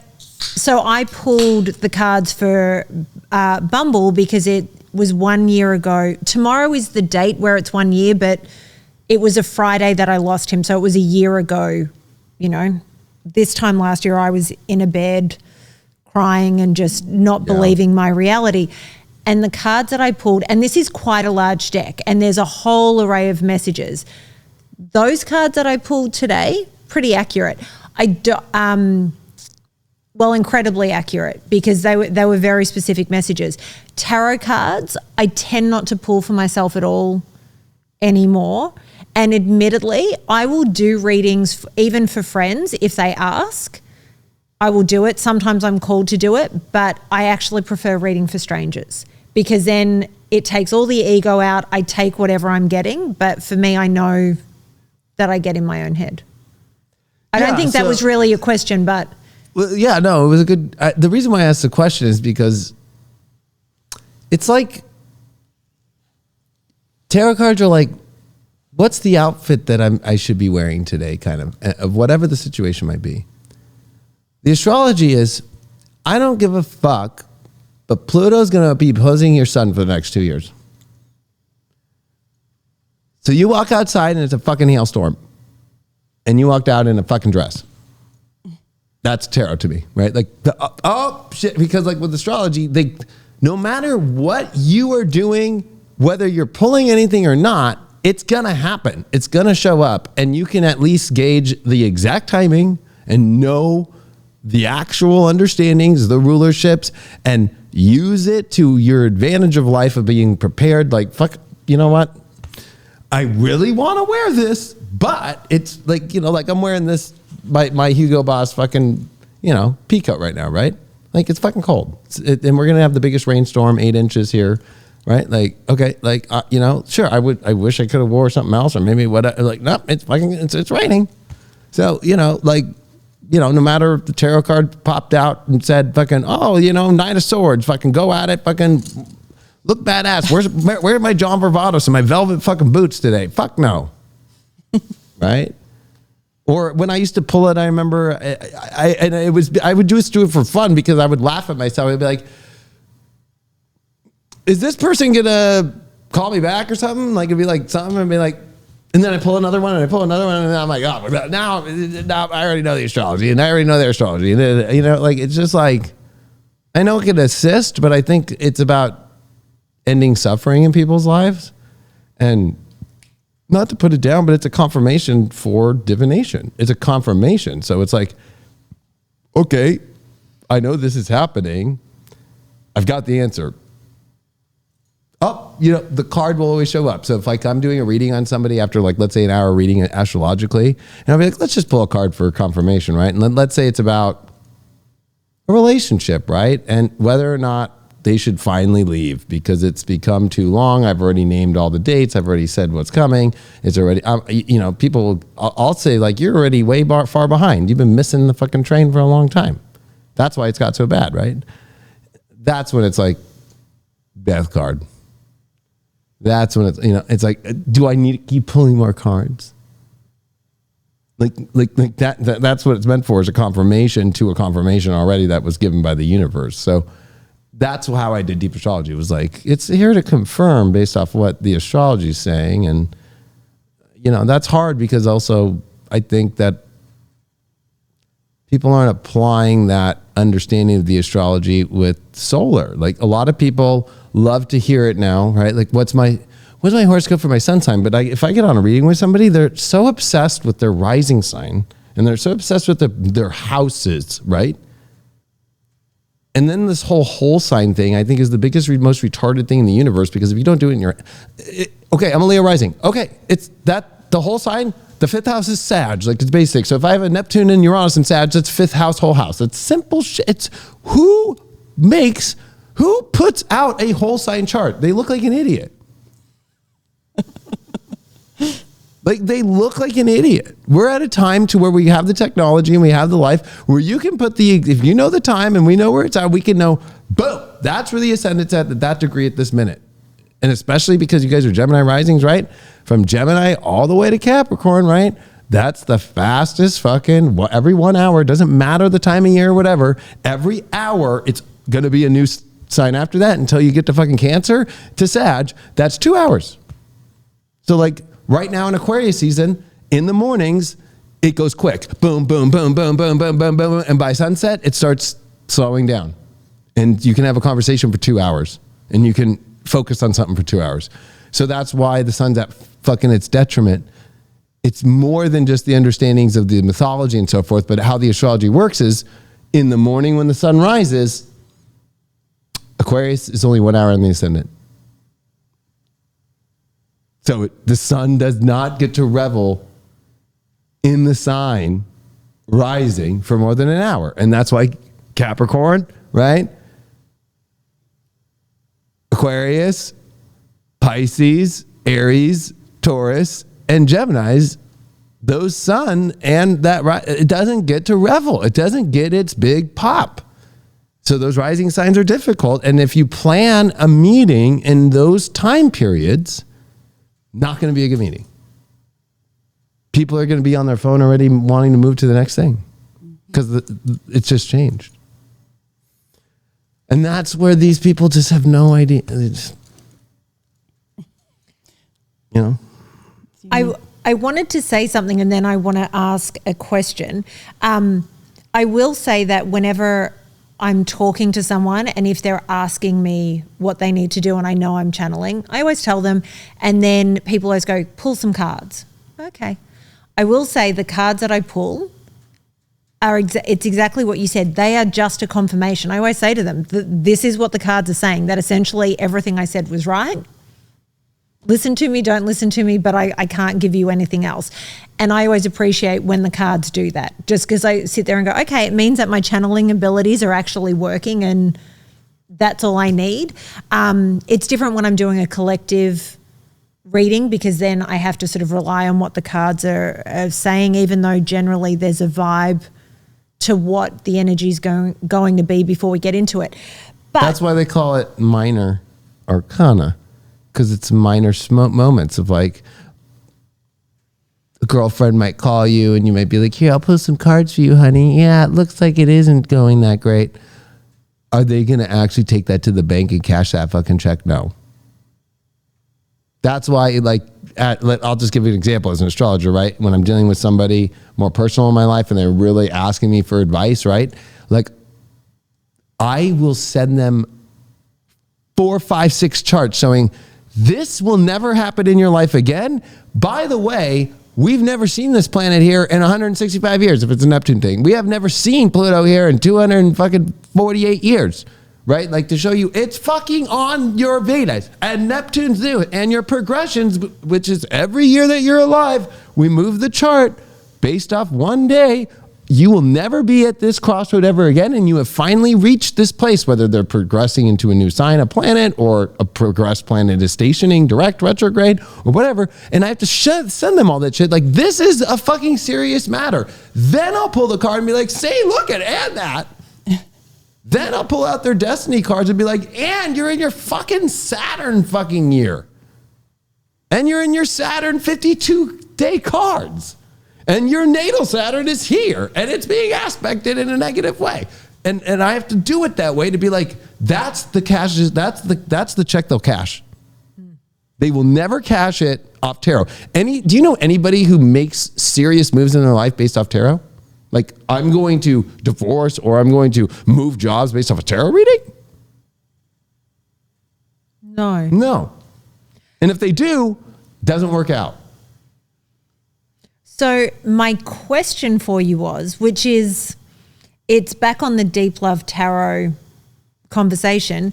So many people have referenced, and I don't know this, so I want to know if you remember it. And then if you do, I want to hear it. The Sagittarius song. They're all dying over the Sagittarius song. What's Sagittarius song? There are people talking about, there's a whole bunch of people in the High Vibe chat saying the Sag song had me. I mean, I was in improv when I was young. So I improv everything because that's what I feel channeling is and doing all this work, right? So I don't have a script of anything. I don't come into a reading with a script or like.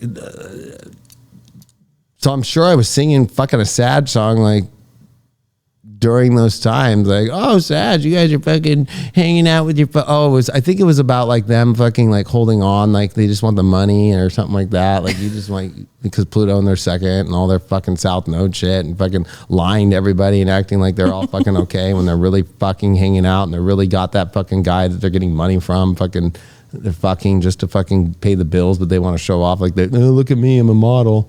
Like, you know, like, whatever it was probably something based around, you know, like, you know, and I know the dirty secrets of every sign.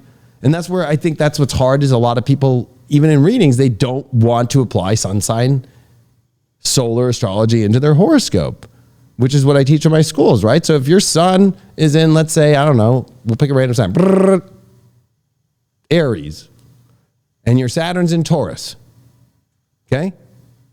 You're going to always have that self-worth issue. Then it's the second sign over. It might be in a different house, but that is always going to be something because the sun is it's getting ready to conjunct Saturn within a month right when you were born. You have to face that in your progression, and maybe the moment when the progressed sun crosses Saturn, you might get 75% of that shored up, but there's still going to be that 25% that lingers. And like people just do not, like, oh, I don't want to hear that, but they don't even understand it either.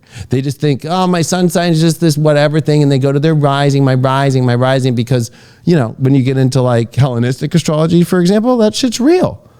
It fucking works great. It's a fucking amazing time system. The same thing with the Mahadashas and Vedic. You got to know the rising. You got to know that. But at the same token, I don't have to use that in order to get to, right away. Like, that's how, like, when I'm on all those TV shows and they go, like, make a prediction about Justin Bieber right now, or right? It's like, okay, yeah, I already know their chart, but I just look at it once and then boom. I'm already doing the progression in my head. I'm already doing their solar astrology. I'm already doing the transits. I'm already knowing where the transits are for the next 65, 100, 200 years. I can do the progression in my head. And that's what my schools were. And there was only like 3 people that passed my test because I made them have to do it in their head and not use charts. Like, you need to be able to figure out when's his progressed moon going to be here, and when's it going to be the progressed sun and doing that, and when is this going to be, and tell me your thing of what's going to happen, and right? And like, everybody failed it because they want to go to the chart. Mm-hmm. It's so funny that when I was looking at the old newspapers, I saw for Joan Quigley's obituary, it has a picture of her with all these charts in front of her, and she's calculating it in the old school style, right? This was a picture from like the 60s or something that they showed. And well, I'll give her credit because she was calculating the part of fortune herself in the day formula or the night formula for stuff. Mm-hmm. So she would like to have it out and print it out, and she was using WinStar, which is Michael Erlewine's program, and that was awesome to be able to use a dot matrix printer and print out a chart and then be able to like draw on it. I draw on charts all the time for deep astrology, right? Right. There's something about drawing too with psychic work. I mean, that's a whole other subject, but she was looking at also because, you know, that beginning of that understanding of seeing a 2D chart that actually was digital, that could actually, you didn't have to calculate the whole chart anymore. Like Michael Erlewine changed the world. That for, especially by the 80s, right? To have it to be like a WinStar that was so cool after Blue Star and then WinStar, it was like, holy cow, like, now she can start playing how she used to have to by handwriting charts, but like on top of a chart and kind of like, well, if I do move it here, because that was probably her way of like doing it in the old way, you know? So like, but I think now it's kind of like, right. You know, like, but people don't even think about it now. Or they don't do that step, what you ask people to do, because people are so reliant on the app on their phone. Just, oh, what does, I don't even know what CoStar say I'm doing today? Or instead of just thinking, oh, well, the moon's in this sign and I'm this, and this is where it's hitting my chart. People will still look at the app for the most simple thing, like a moon, looking at the moon. And I just feel like we have the technology now where we could look at everything we want, really. And I think the CoStar messed up people's brains with charts because most people on CoStar don't look at the actual wheel, right? They don't look at the single wheel or even a bi-wheel or even any kind of uni-wheel or anything. They're looking at always this weird fucking thing they made up of like house 1, house 2, house 3, house 4, house 5, and then like the sign and the planet that's in it.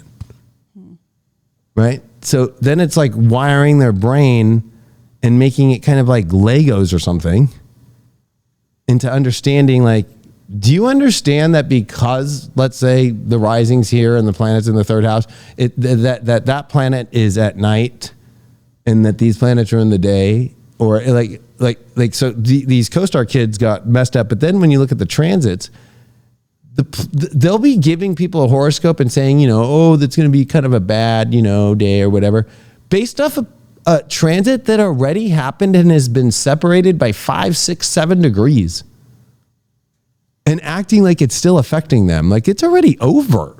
Once the planet has crossed out, there might be maybe that degree or two of separation that's kind of like an understanding, but it's more of an understanding that it's going away, whether that's a good thing going away or a bad thing going away, but it's not happening still.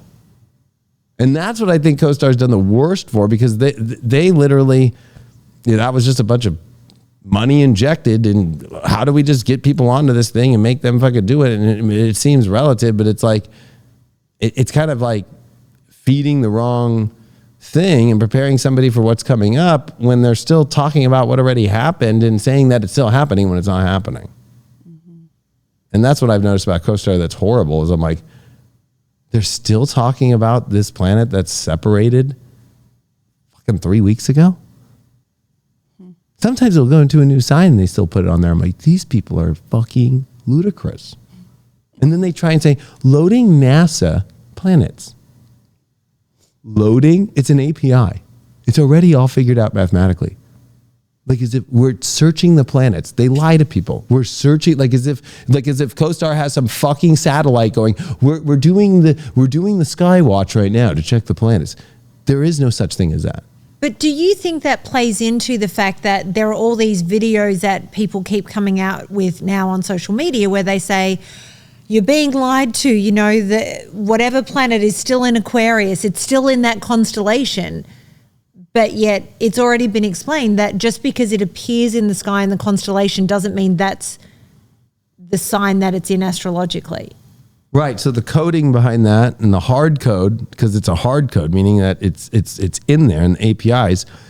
So like, let's say you're using a Skywatch app, they're not looking at when you're outside and actually like, oh, that's where the planet is. They already know based off all of the math of the planets and what signs it's going into, whether you're looking at it from a sidereal point of view, which they're all sidereal if you're looking at Skywatch stuff, that it's all the math. So there was a glitch obviously in those things, because all you had to do in the morning is go, Venus is rising in the morning. We know it's just left. When that happened, it was when Venus was still in Leo and it was coming into Virgo. And it was really simple. They were trying to say like the sun was still stuck in Virgo or something like that, right? And I'm like, no, like it's really easy to see that, on the horizon, right before the sun comes up, okay, there's Venus. You could see the stars in the background that help you understand the constellation. And then the sun's coming up right after, and that's the horizon. Like whenever the sun is coming up at dawn, the horizon line is going to be the exact same sign that the sun is in. The exact moment that we get dawn on our phones or whatever, right? So they're retarded because it's impossible for it to not, it stayed in a sign. How did it stay in a sign and it missed another sign when you're watching Venus rise in the morning right now, as Venus is the morning star, and fucking you can see that it's changing with the constellations, right? And then the sun follows right after that. Ahead.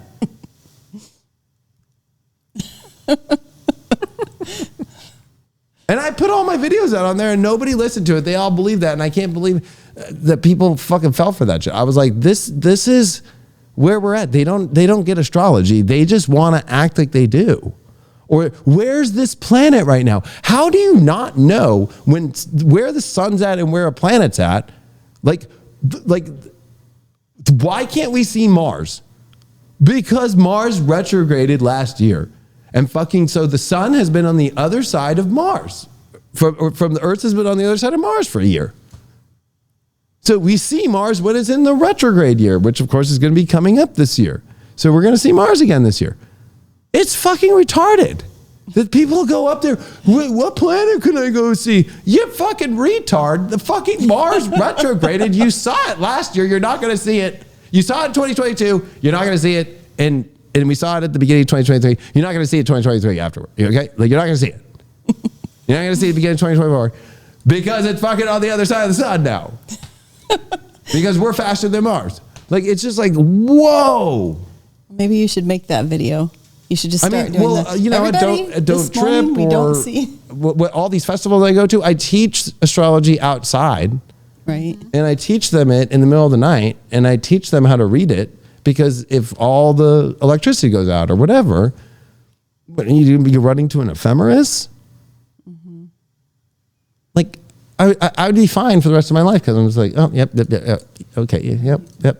And then you already know it's a pattern, and it's a simple pattern, and fucking it's easy to read at night. It's easy to see. It's easy to know. And, you know, that's why we celebrate Halloween. It was the original understanding when the sun was on the opposition to the star cluster of the Pleiades, but because of the precession now, and then with the calendar system, they move that, you know, to where it's, yeah, when we're seeing Taurus above and we're seeing the Pleiades, right? And it's like the celebration that we're in the dark and we can see the light, right? And people don't realize that's where it started from. And of course, it's progressed over time. So really, the real Halloween is the day that the sun ingresses into Sag and it opposes the Pleiades star cluster. But people are, again, putting on their costumes and then not looking up at the sky and realizing that the Halloween that we just had, yeah, fucking, of course, fucking, you could see Jupiter at night when it was retrograding, right? And I always have that thing about Jupiter. I always tell people, I'm like, watching Jupiter retrogrades is hell to me. That 4 months as the Zeppelin has come down and there is no going up. There's no more helium in the balloon. There's no more, you know, and so when people are telling, you know, Jupiter sure is protecting you in some sort of way. If anything, I would say Jupiter protects the same way it protects our solar system from the gravitational pull that it has. But we also are watching Jupiter change colors, right? When I was young, it was, you know, pinkish, reddish. Now it's all blue, right? Like all the planets have been doing all their crazy changes, and then you don't see any astrologers, especially a TikTok astrologer, even apply any of that info. So it's not the same Jupiter that it was in the 80s, right? Like, and so people are lost right now, and they're just like throwing shit together and whatever, that's fine. But the fact that they don't understand the sky and they don't understand those basic understandings, like a chart is the best thing. I can pull up a chart, like when Jupiter Saturn conjuncted in 2020 on December 21st, it was so easy. I just was like, I was in Manhattan Beach, or I was in Hermosa Beach, one of those, and I was in my GTR with the top down, and I fucking was like, here, watch this, fucking, and I just pulled up a normal, just Astro Gold chart, and there's the horizon, there's the descendant, and there's Jupiter Saturn in the 8th. You know, like you can just do it on the horizon line, like beep, and then you know where the planets are that way. I don't know why people use these stupid visual sky apps, because number one, they're always moving all weird because it's not the planet actually there, that the thing's trying to use the math of knowing that it's there and just kind of throwing it in your GPS space. I want to play devil's advocate here. Those sky maps, I think I used Go Sky.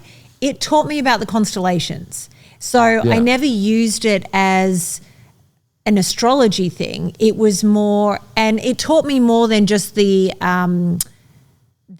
you know, Aries and Taurus and those constellations, Ursa Major, Ursa Minor, and all of the other ones that are in the sky. And so now, depending obviously on what time of year it is, I can go out and say to people, that's this constellation, that's that constellation. So they're very handy for that.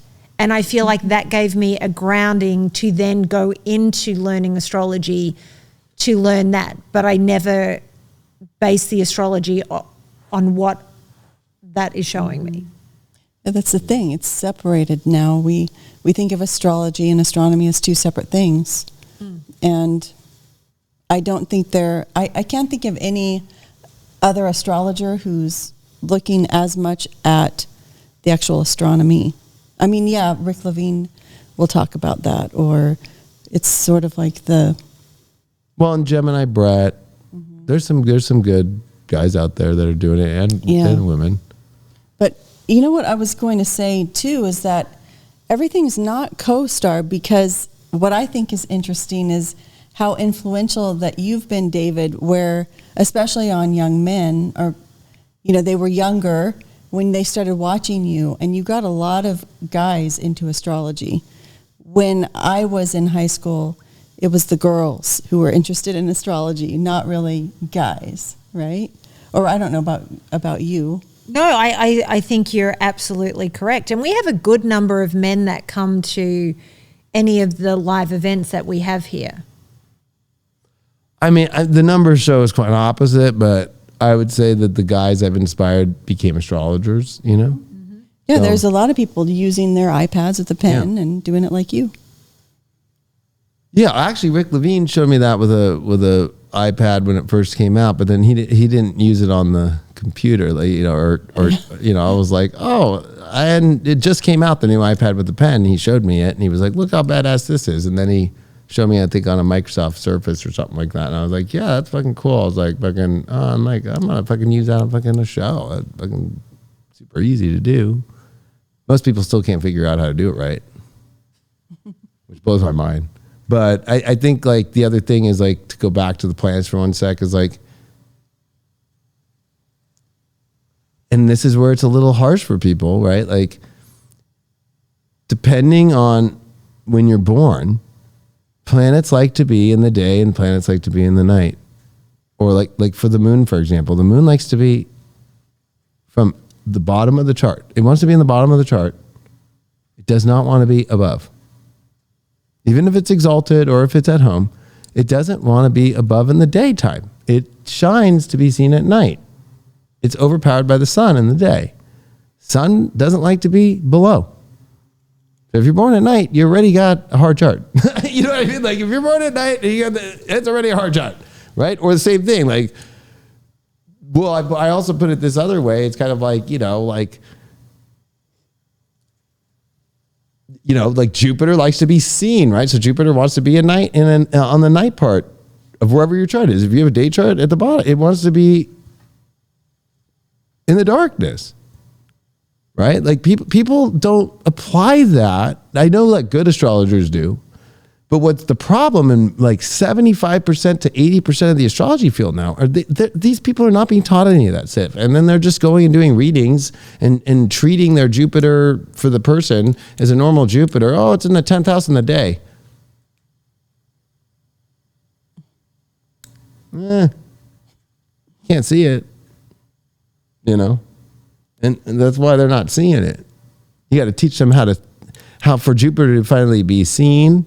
Or if they have a retrograde planet, like, have you told the person if it's ever going to come direct in their life? That's the first thing I look at on everybody's retrograde planets. It's really simple on Astro Gold. Just fucking go planetary fucking details, and then looking at the date and being like, nope, yep, not going to happen.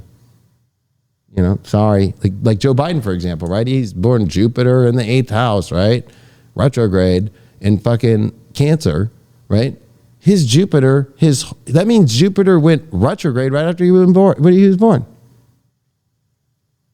Now, he is a Scorpio. They can live to be 195, you know what I mean? Like, they just don't die, right? So, but the fact that Jupiter, his ascendant ruler is a Sag, will never go direct.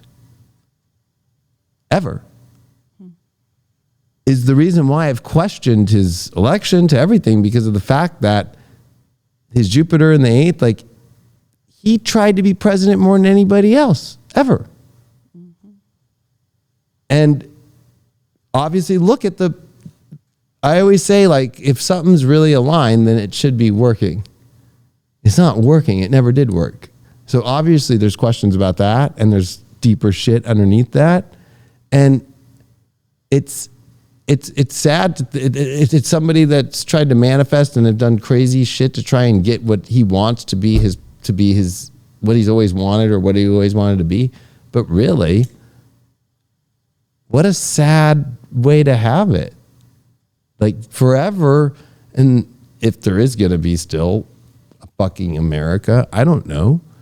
I do know, but it's like in the historical fucking things, it's going to be Joe Biden falling, Joe Biden stumbling, Joe Biden with a fucking sit here, talk, look at them, and walk out. Joe Biden falling asleep.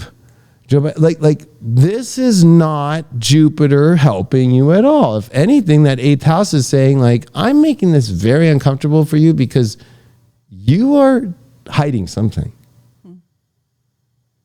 You are hiding something, and it is not good. And let's not forget, when he came in, South Node and Sag rising. And he's a Scorpio, and then all the South Node for his presidency has been South Node here. Like, this is a illusion with the South Node. It's an illusion. And then understanding that it's like, I think 108 years old, I think Jupiter stations direct for him or something like that. I know it's like 100. And it's like, sorry, everyone, but this is not going to end well for him and not going to be remembered well because he didn't follow. Like, he's a perfect living example of a living AI being that wrote a blank check for his free will and forced it and accepted other people to help him get where he needed to go. And is also willing to do things that are fucking beyond comprehensible to most people that are in the shadows. Or he's a shadow himself, right? Of a literal shadow we're watching. That's not a real thing. That it's playing out in the astrology, so it's easy to see. And I think that's where most people don't, in the astrology, get there to people. Like, it sucks if I see somebody with Jupiter retrograde in their chart, and it's never going to come direct their whole life, they're not going to get that pop. And so it's about letting them know, stop trying to get the pop in a certain direction, right? Or if somebody's Mars, like 2 days after, goes retrograde, like they're going to be somebody who came in real hot, but no, they didn't. Like, it's this deep inner battle they have with themselves, right? And it's going to last their whole life because Mars goes retrograde for fucking 3 months. It's a 90-day cycle at least, right? They're going to be until they're really old. Or if they're Pluto's retrograde and it's opposing their sun, yeah, that Pluto ain't fucking ever coming direct. You know, like,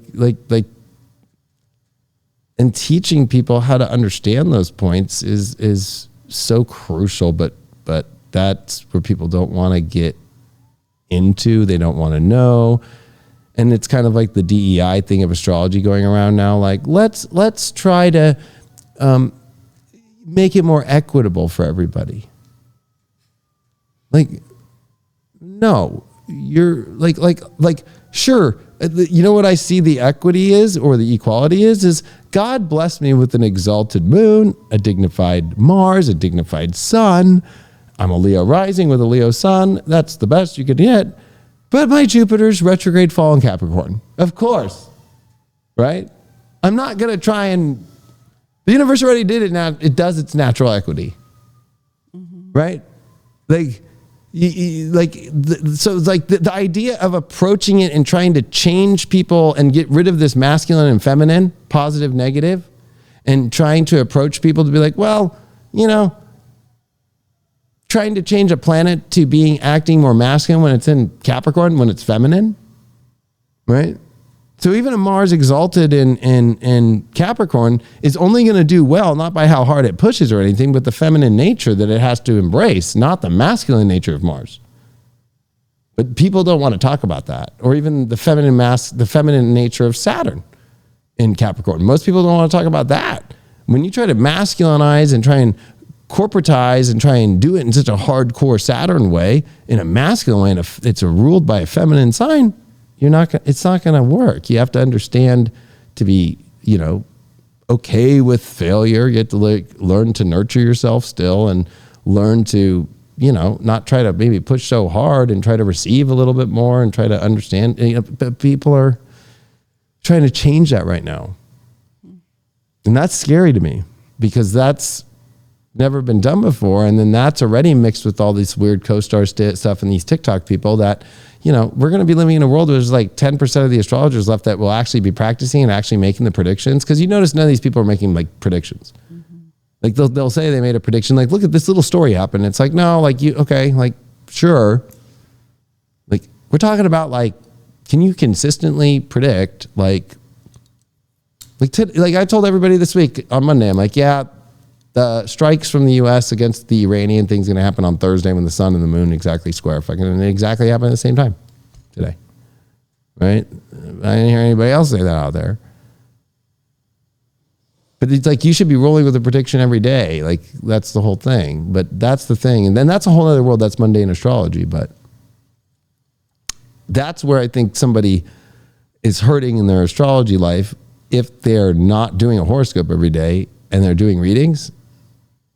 And they're just doing sun sign readings only for like a week.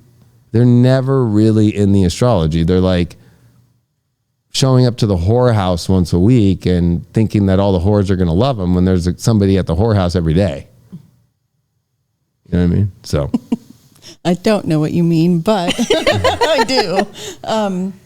So when you're at the Conscious Life Expo on the astrology panel, I mean, that's the thing people don't want to miss if they're into astrology, to be able to see all the astrologers talking about things, talking about all of these issues, not all of them, but a lot of them very seriously is one of the most interesting, fun things. Don't you think? I agree. I think the panel discussions are always fantastic because all of you that are up there generally have a different focus with your astrology, and I love watching the debates going backwards and forwards. I always love watching you and Rick Levine bounce off each other. That's a comedy show in and of itself, but I do enjoy hearing the debate between the astrologers.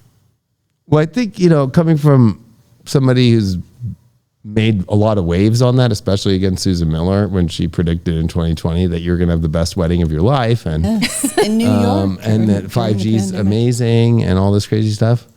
I mean, that just like ruined her credibility forever. And like Deb Silverman and me and Coyote Star were just like, what the fuck? Like that was just like, that is priceless, and it's on YouTube. I put it out on YouTube. I didn't give a fuck. It's priceless. Mm-hmm. It just shows she's a Pisces.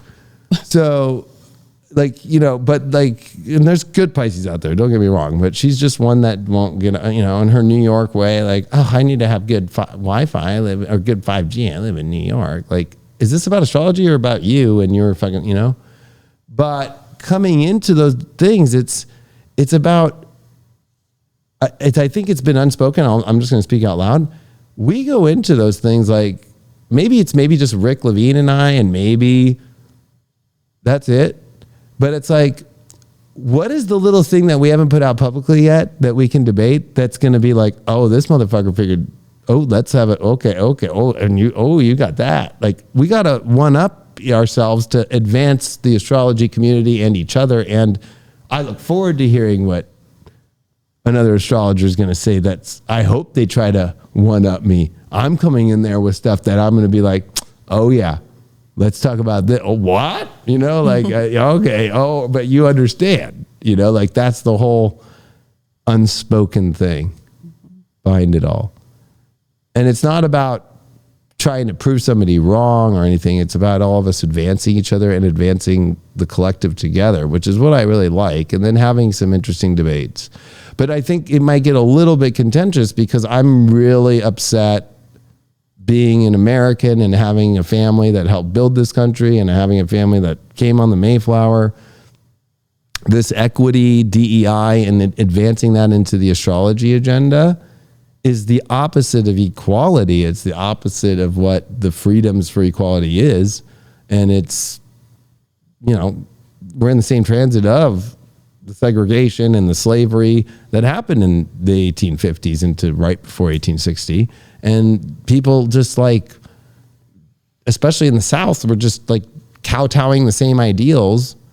And the fact that there's astrologers out there and they're presenting presentations about it and doing it like that way, and then promoting, you know, for people to be locked down and promoting, especially in the astrology community, like you need to still go get tested to go to NORWAC right now, when those tests don't even work half the time. And I could put that shit underneath I could put a test fucking under a fucking banana and it's gonna pop positive. And you're telling me that I can't go as an astrologer in there because you guys are also fucking scared of COVID and you guys bought all that and then you sold everybody on an experiment in the year of Saturn square Uranus and Jupiter square Uranus, and you're trying to tell me like, oh, like you're a bad person. Like, excuse me?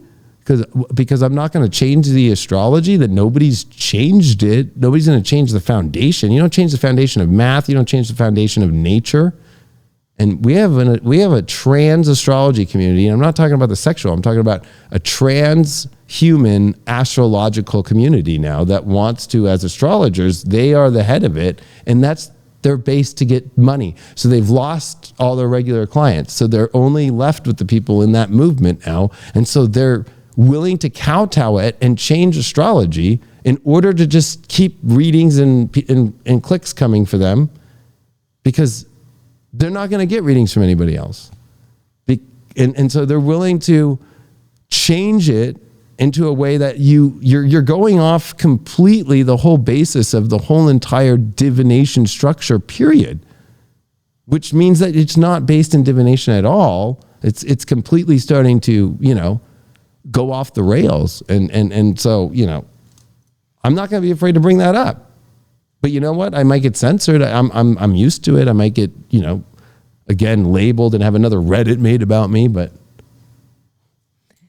whatever. Each time you talk about how they keep trying to bring this whole DEI thing into astrology, it makes me think about going back to earlier in our conversation, you know, pulling cards for yourself and then going, no, don't like that card, don't like that card, don't like that card. And it becomes programming versus the message that it's actually meant to be. Yeah, so I'll give an example, right? Why on the astrology panel,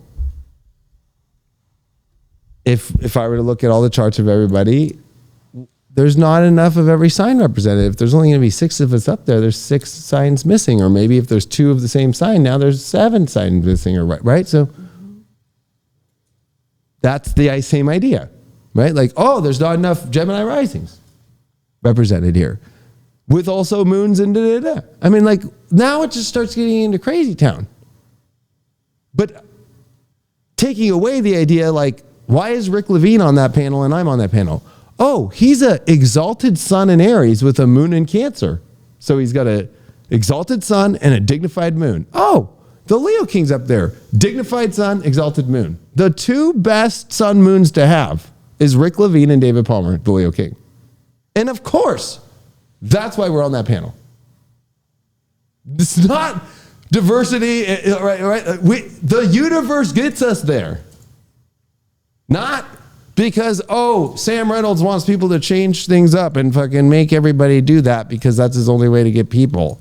Like, it's just really sad and kowtowing fucking all these crazy fucking, unfortunately, like, you know, what we've seen over the COVID thing, which I predicted and which I warned about, they acted like nothing was happening and kowtowed whatever the media said and didn't use the astrology. And like, Stephen Forrest blocked me when I called him out. I'm like, why are you as an astrologer promoting people to take a fucking experiment? I don't promote people to take food, or I don't tell people they need to go drink Sprite, right? Let alone push a fucking medical product that's an experiment that the astrology says is going to be horrible and shatter everybody's reality, ain't going to work, and it's going to cause problems. And they all did. And when I hit him up, like, you're the world's evolutionary astrologer that everybody says, yet that guy doesn't understand evolution at all. And that guy might have killed so many people And nobody wants to call them, I call them out, but nobody wants to ask that question. Why did the Astro twins say, yeah, Virgo, this is a great week to go get your COVID shot? How many Virgos did they kill? Because what I've predicted, and when all that info, which is already coming out in massive, we already know about the X test, we already see all the published papers now. It's like, we're at that last moment to where it's like, oh, okay, yeah, oops, they finally admitted all, which they already are in the UK. They already are everywhere else in the world. It's already admitted in the public journals. That's why you see 6% of the people taking it anymore. It's already at that place. But when is somebody going to be like, you fucking promoted something that kills people and didn't use the astrology and used that to make money off of it?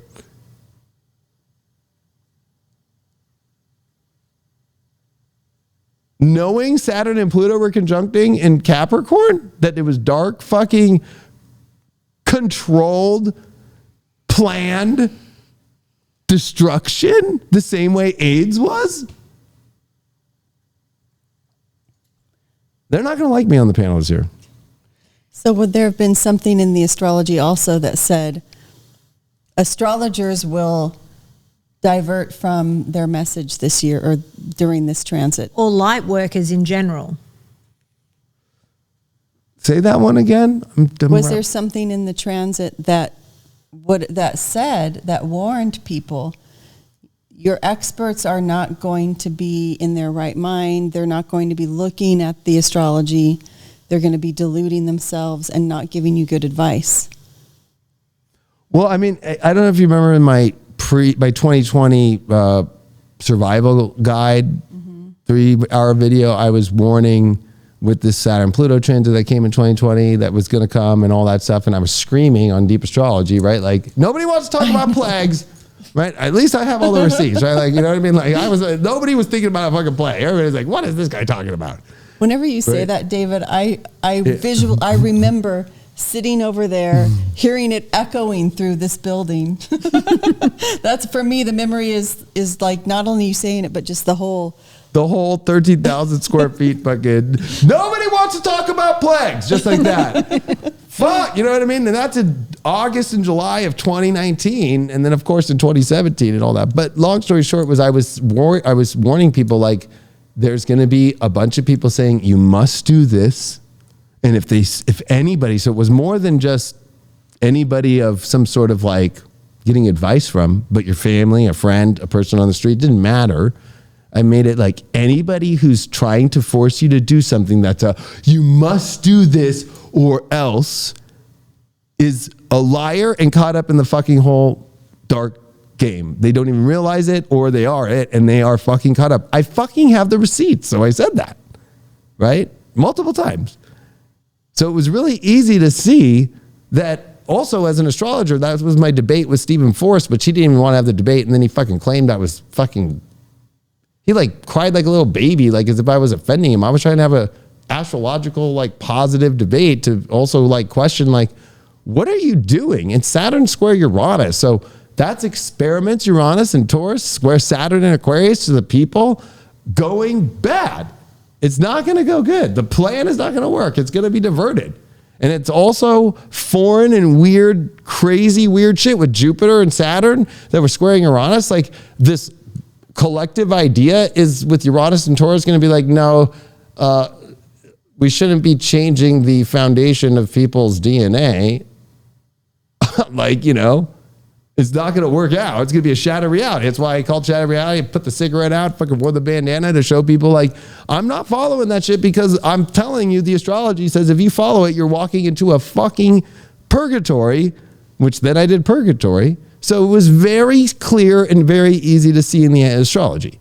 The fact that these astrologers will never own up to what they did and what they pushed on people, and that the fact that they couldn't predict it and still act like they're fucking astrologers and want to get rid of prediction. In 2018, they wanted to get rid of prediction, especially when I was doing all those big tours and all that shit. At the same UAC I was at that they tried to fucking not have me at, which I ended up getting in there, and I had to spend the most money to get the biggest booth to do it. They had a fucking panel. You can look it up on YouTube. United Astrology Conference. What do we do about predictions in astrology? and they want to shut down astrologers making predictions. They think it's unethical. They think it's dangerous. And you know what? All those people in that room, Chris Brennan, Sam Reynolds, Stephen Forrest, Rick Levine. Why are they having a debate whether we should have predictions or not? Go look at it. It's online. And I was there and I didn't go into that thing because I was like, if I go in there, I'm going to fucking scream at the top of my lungs and be like, you guys are fucking insane. You guys are insane. You guys are insane because you guys suck at predicting. Like in 2012, when I was there with Michael Erlewine, I got asked by the news, right, to be on. And then David Rayleigh, who was the head of UAC at the time, he got asked about like, it was a stupid prediction. Like, what's up with the Saints? Are they going to win the, right? And he just went, well, they're a Capricorn. So they need to really right now take their time and really think about what they're going to do. Like he didn't even make a prediction, right? And she specifically asked about Drew Brees and the Saints, right? And he goes, well, he's a Capricorn, so he needs to really, And it was just like, I think that pissed a lot of astrologers off that this random guy shows up and he's fucking on the fucking news for the whole conference, working with Mike Erlewine, right? And Michael's on there, and we're talking the spiritual astrology. And then I come out doing massive predictions for all these years and all this shit, and they don't get any of them right. No, they don't ever get predictions right, ever, right? So they don't get them right. It was just recently that the Astrology Podcast started saying history is important for astrology, just in the last month. Yeah. I don't know if you saw that, Ann, but I was laughing my ass off. I've seen it. See, now I'm having a...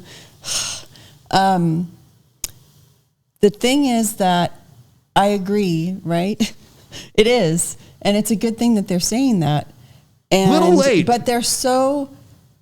as a historian looking at it, they make a lot of generalizations about history and they don't go in depth.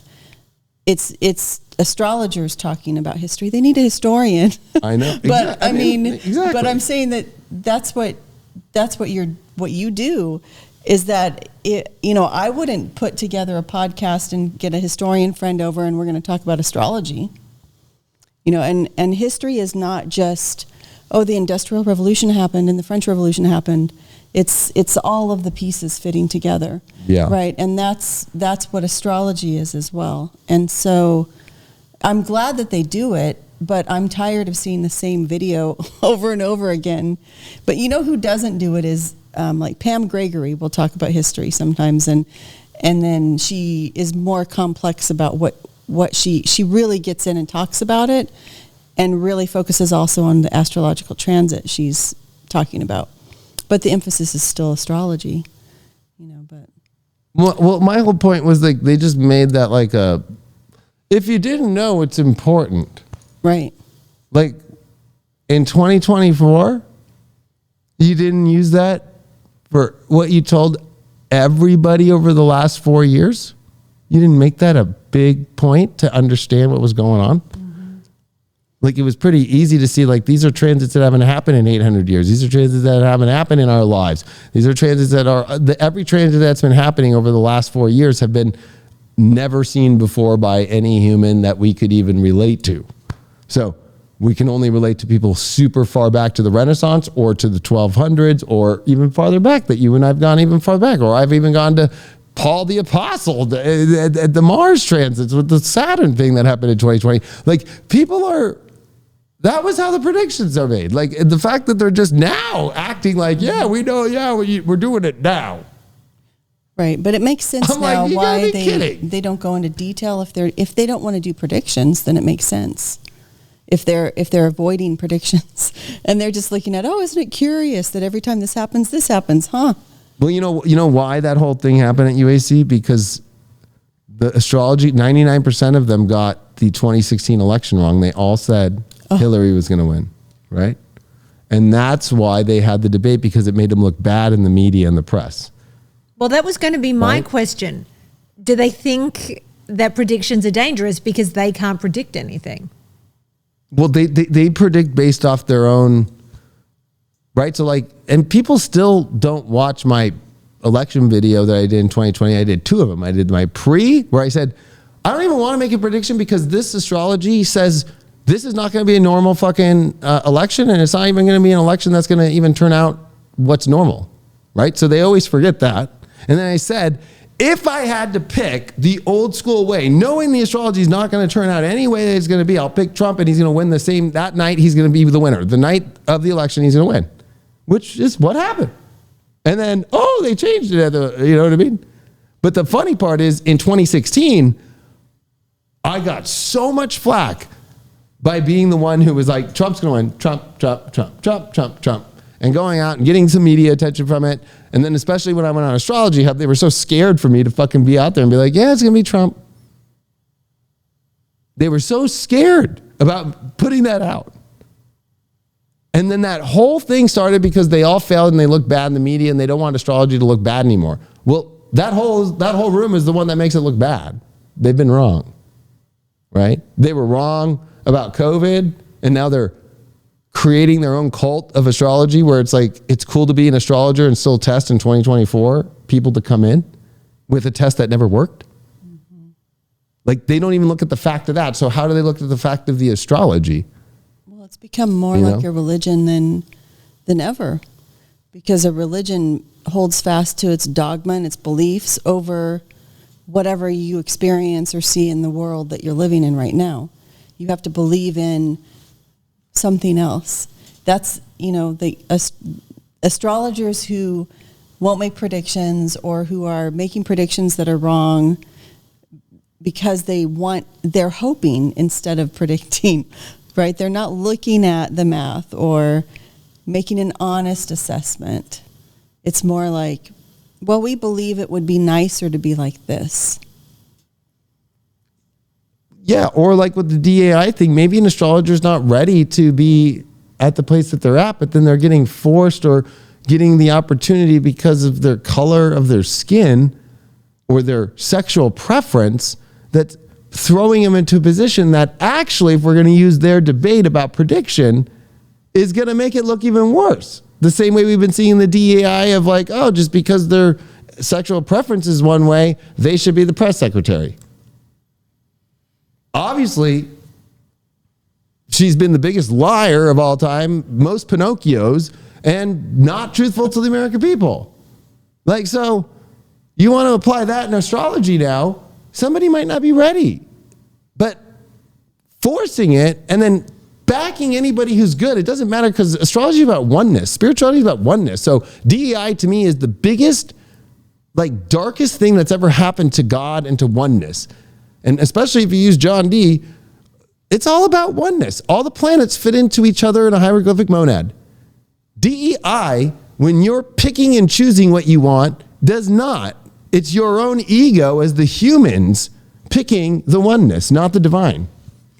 It's funny you say that because the whole time you were speaking, when there was a break, I was going to say with these predictions, is it as simple as these people are in their ego? Hence why I don't like pulling cards for myself, because I know I'm in my ego. And if you're not aware of it or you're set on an outcome, you can't get past that. So for anyone that's coming along to Conscious Life Expo, is it the LAX Hilton? Yes. Okay, so that's where it's all happening. And we have you you're doing the panel, but you're also doing a talk. And last year there was so many talks. Okay, so on the Sunday, is it one, and then you're doing a separate talk on the Monday? Yeah. So Friday night, I'm doing the Rabbit Hole DJ party 10 to, there is no time limit. Saturday, 10 p.m. again, the Rabbit Hole, the DJ party, all night, whenever, right? Sunday, the panel, I forgot the time. I think it's 4 or 3 p.m. And then my talk's at 8 p.m. and it's just me and Bashar closing it on Sunday. So you pick Bashar, you pick me. And you're in the big room because last year there were so many people that very quickly they had to shut the doors. So you're in one of the big rooms.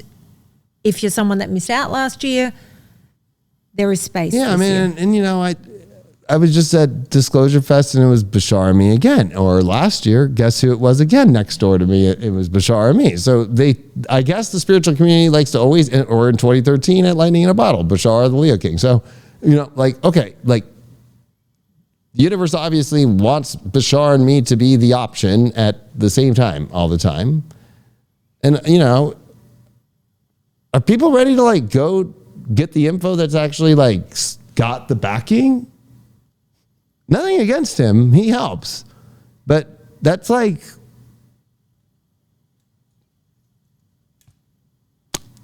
same thing. It's not revolutionary anymore. It's not advancing. What's going to happen when we find Planet X? Right? And actually using the astrology instead of listening to some channeled fucking alien supposedly fucking give their fucking things. And are they using astrology, or do they even understand it? And is it really good? Is it coming from a good place? Is it we're at that place in life where I don't think right now we should be fucking just making our fucking decisions based off that. I mean, I think if you're looking for some self-awareness issues that you're having yourself, that's where he's great at. But I think when it comes to these, we're at a time where it's the issues are way bigger. And I'm sorry, but I don't know if I'm going to trust a guy who's really cold in person. Right. So you've had a chance to meet him. Yeah. But can only do it with his eyes closed, channeling an alien. And then, at the same time, are we going to make our decisions based off that, or actually using what's been around for every age, thousands and thousands and thousands of years that's gotten us through and survived and stayed? I don't think George Washington was channeling a fucking alien. I don't think especially Benjamin Franklin wasn't, as he was using astrology and making his farmer's almanacs for people. I think that, it's time for people to really start to get into the deeper realms now of what we can actually do and what is the astrology saying, and more importantly, what are we going to do? That's my big prediction is Planet X is going to be found, and it's going to represent what we've been feeling this crazy shit about. And how is that going to affect you in your chart? And I'll just put it here. I'm going to show and predict where I feel the sign is that it's going to be found in too. This is the talk on Sunday, yeah. Because if you think about Chiron, right, it was found in 1977, and it was after its conjunction with Saturn that they were looking at Saturn, and that's how they found Chiron finally, right? Because of the orbit of Chiron from Saturn to Uranus, right? So we also have to talk about to people that the understanding with Chiron is heading towards Uranus now. That's a whole different vibe than when it's with Saturn. So we're all born with, if you look at your chart, your Chiron's in opposition to Uranus, right? Okay. We're moving into a world where in this next 20 years of Pluto Aquarius, it's Chiron going to be conjuncting Uranus in Leo. So that's where Chiron goes beyond the orbit of Uranus. It has a little bit farther orbit to where humanity can unlock and see beyond where we ever have before. And so at least I can give you the date when it's going to happen. At least I can give people the understandings of where this is going to go and how important it is, and how to get through this next 20 years and how to get through this year and the weird shit that's going to happen. Are you going to get that from the other side? It's going to be oh, it don't matter. Just, that to me feels a little bit I'm not saying it's bad, but there is kind of a question now of is that good for people to just be oh no, just transcend it? Are you going to transcend your best friend fucking, doing drugs? No, I just lost my best friend to fucking ODing on heroin with less than a year. Am I supposed to just transcend watching that happen? That's the, and so I'm saying this because it was sad because people wrote on Conscious Life Expo, why do you always put the Leo King next to Bashar? I'm going to go to Bashar because I like channeling, but I want to listen to Leo King, And I'm why are you going to that when you could be going to fucking where it's always expanding and predicting and showing the future of actually what's going to happen?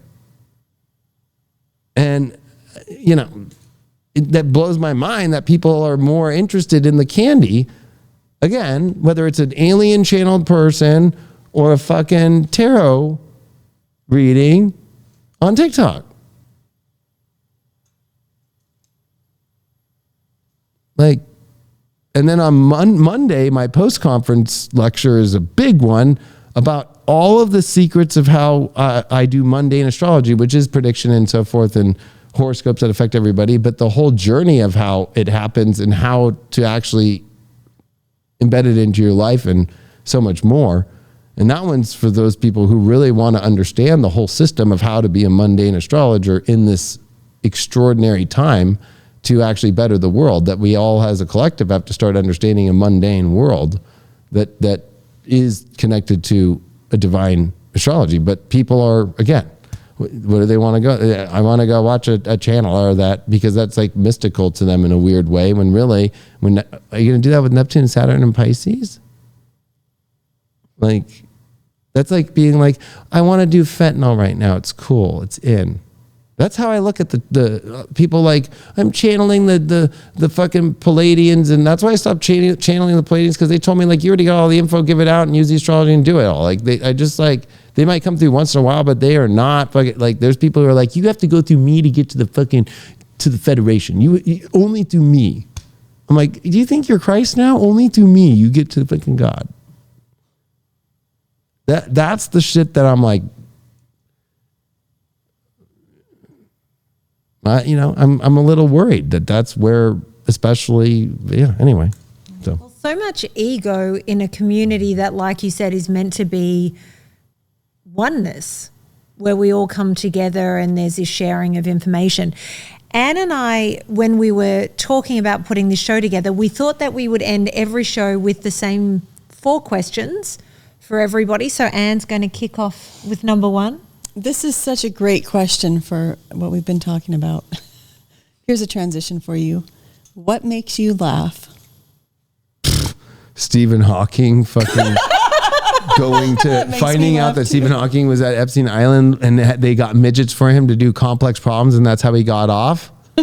Like, that is the most, that shit makes me laugh. You guys know I roll on the floor about it. It's just like, I really love, like, the most crude humor.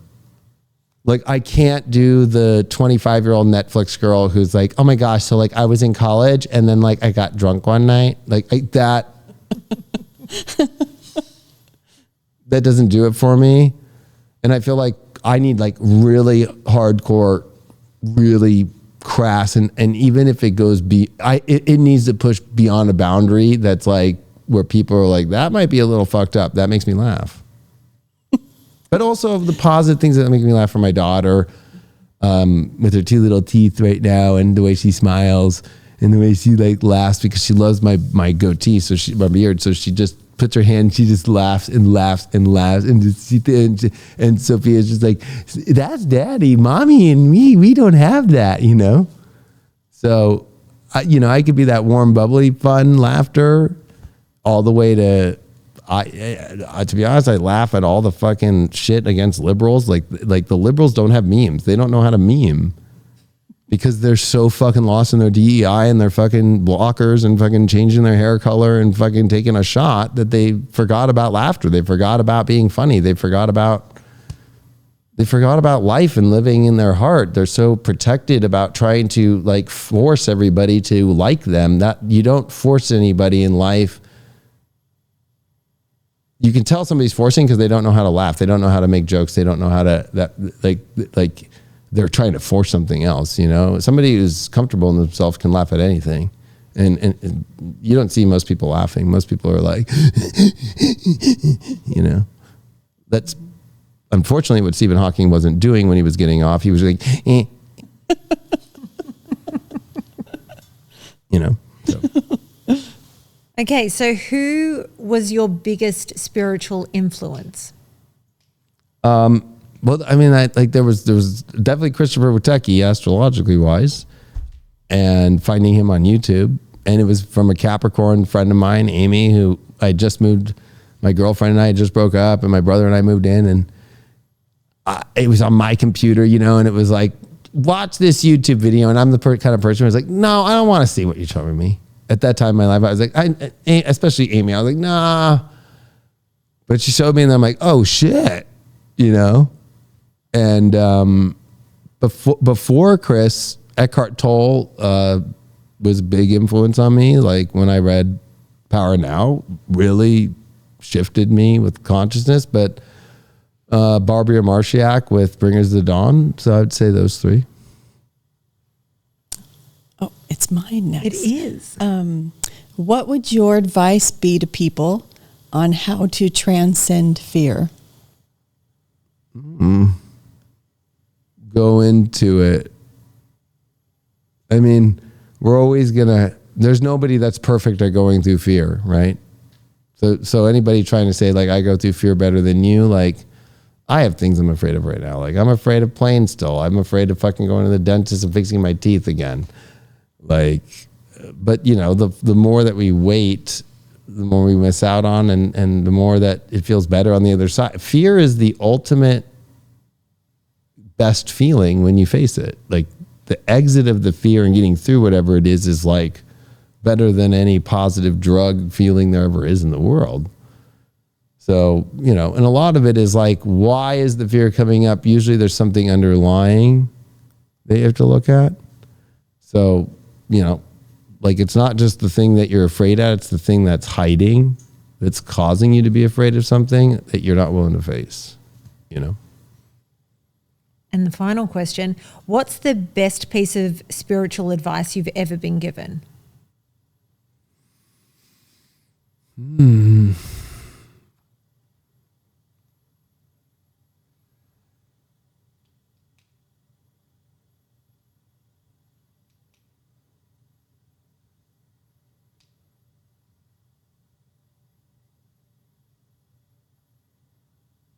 That one's a hard one because I feel like it's been by so many people and the little things that all come together, right? But I would say that it's the astrology itself and God that has been the best spiritual advice I've ever been given, because by following that fully and not following the way we're told to live. And I'll be honest, the best spiritual advice I was ever given, and he didn't even know he was doing it, was my friend who passed away this last year, Matt Tatum, when he fucking squirted 7 hits of acid in my mouth at Coachella 2006. Was it putting the acid in that was the spiritual advice in terms of the journey you went on? Yeah, like fucking like, I mean, he didn't force it on me, right? He was just like, hey, you know, like, I knew that he had acid, and he, you know, I was like, you know what, like, I'm down, I'm ready to do it. And he was like, yeah, I think it's gonna fucking be fucking badass. You're like, love it. And after that many times, of course, and all that, like, they watched me, like I got here because of him and my other friends, Doug and Marcus, who's passed away too. Unfortunately, I've had a lot of my best friends pass away, but I did all this, like, it was a friend thing to be like, hey guys, I can go out there and do what our dream is, you know, like, and tried to make opportunities for them to have those same experiences, to experience it or become it too, like, you know. And so it was that core group of my best friends that was like the most spiritual teachers of my life, like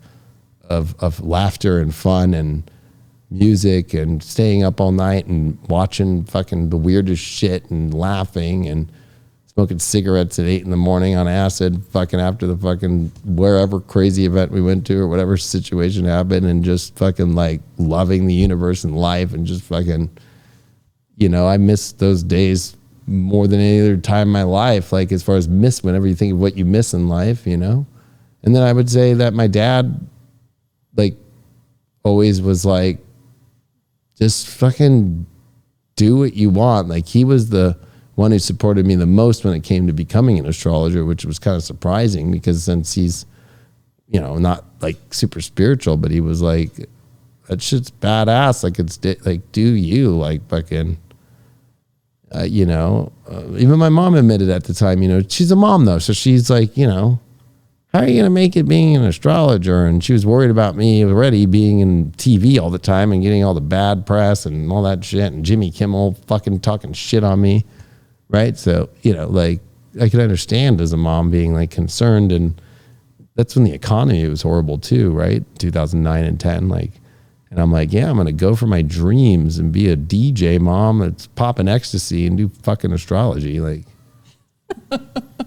And my dad being like, fuck yeah, fucking high-fiving me, you know what I mean? So, and my dad always asked me, because he never did take acid, he always asked me, what was the experience if you can give me it in one line? And I said, it pops the lid off your shit, Pops. So he would say that to people for, he died in 2021. For that, 11 years straight, he would tell it at the Porsche dealers or everything. He'd pop the lid off my shit. And they'd be like, what does that mean? But he understood it as an Aquarius. I'm like, it just popped the lid off my shit. I was able to fucking escape out of this program fucking bullshit of life and rewrite every fucking program myself from my soul. To be honest, the most spiritual experience of my life was doing acid and breaking the matrix. To actually feel your real soul and not have the program on it, and to be in that place where you don't even know, but I have the pictures, of course, where your smile is so... It's the most authentic version of you and you rewriting all of the reality. So that's why I look at reality so different, because I broke out, right? Doing acid breaks you out. That's why Timothy, I would say, spiritually wise, the top person of my whole life, and I'm not trying to put down Chris Wohlcke because I'll put him on the same level because Chris Wohlcke is definitely there. But Timothy Leary, hands down. That guy, I wish he was here for all the shit that went down in the last 4 years. Because he would have been the only common sense thing. Even all these people we see on podcasts and shit like that, they still don't get it. They still don't get it. They won't even look at this, right? They won't even look at the spiritual aspect of it all. They just call it dark light shit. If anybody kind of does, it's Alex Jones, but then, he doesn't have people on there except a Q shaman, who I'm sorry to say, that guy's fucking... watched some YouTube videos and thinks he's embodied it and got some tattoos. But Timothy Leary for sure. That guy is beyond missed in this world. And I think he laid the tracks that that guy had public debates with the top heads of thought and ideology and shut them down. Especially about, he was a capitalist and an American. He was not a hippie that was against the America basis. He was trying to say that people were living the American basis the wrong way. The fact that you come in my home and tell me what I need to ingest, tell me how I need to raise my kid, tell us that we can't fucking congregate and have our own fucking house up in Millbrook and fucking experiment and do fucking... and that's why, even with the shot thing, if you want to go take the shot and experiment, that's up to you, right? That's America, right? But the fact that, you were lied to about it, where they lied to the public, and Timothy Leary did the best thing about it. When they were lying and saying everybody's committing suicide doing it, if you look at the numbers, it's again, that's a lot. It was a lot. It was fucking the smallest amount of people. It wasn't even close to as many doses that have been administered. How many a billion people have taken it, millions, and how many people have died? It's in the fucking 100. It's really sad. So, well, David, thank you so much for joining us on the very first episode of Gemini Rising. Thank you for having this conversation and hosting us here at the High Vibe Studio. So anybody watching this on YouTube that's not already a part of the High Vibe TV community, make sure you get on that. We'll have the link in the description below. And I would especially like to thank my co-host, Dr. Anne Wohlcke. Thank you. Thank you, Natalie. I just love that we're doing this together, because this is what Anne and I are like all the time, just sitting around filled with so many questions. And make sure you are following the Gemini Rising show on Instagram, because that is where you'll see when our next show is, what incredible guests we have coming up. So to everyone that's joined us for the live, thank you so much, and we will see you very soon.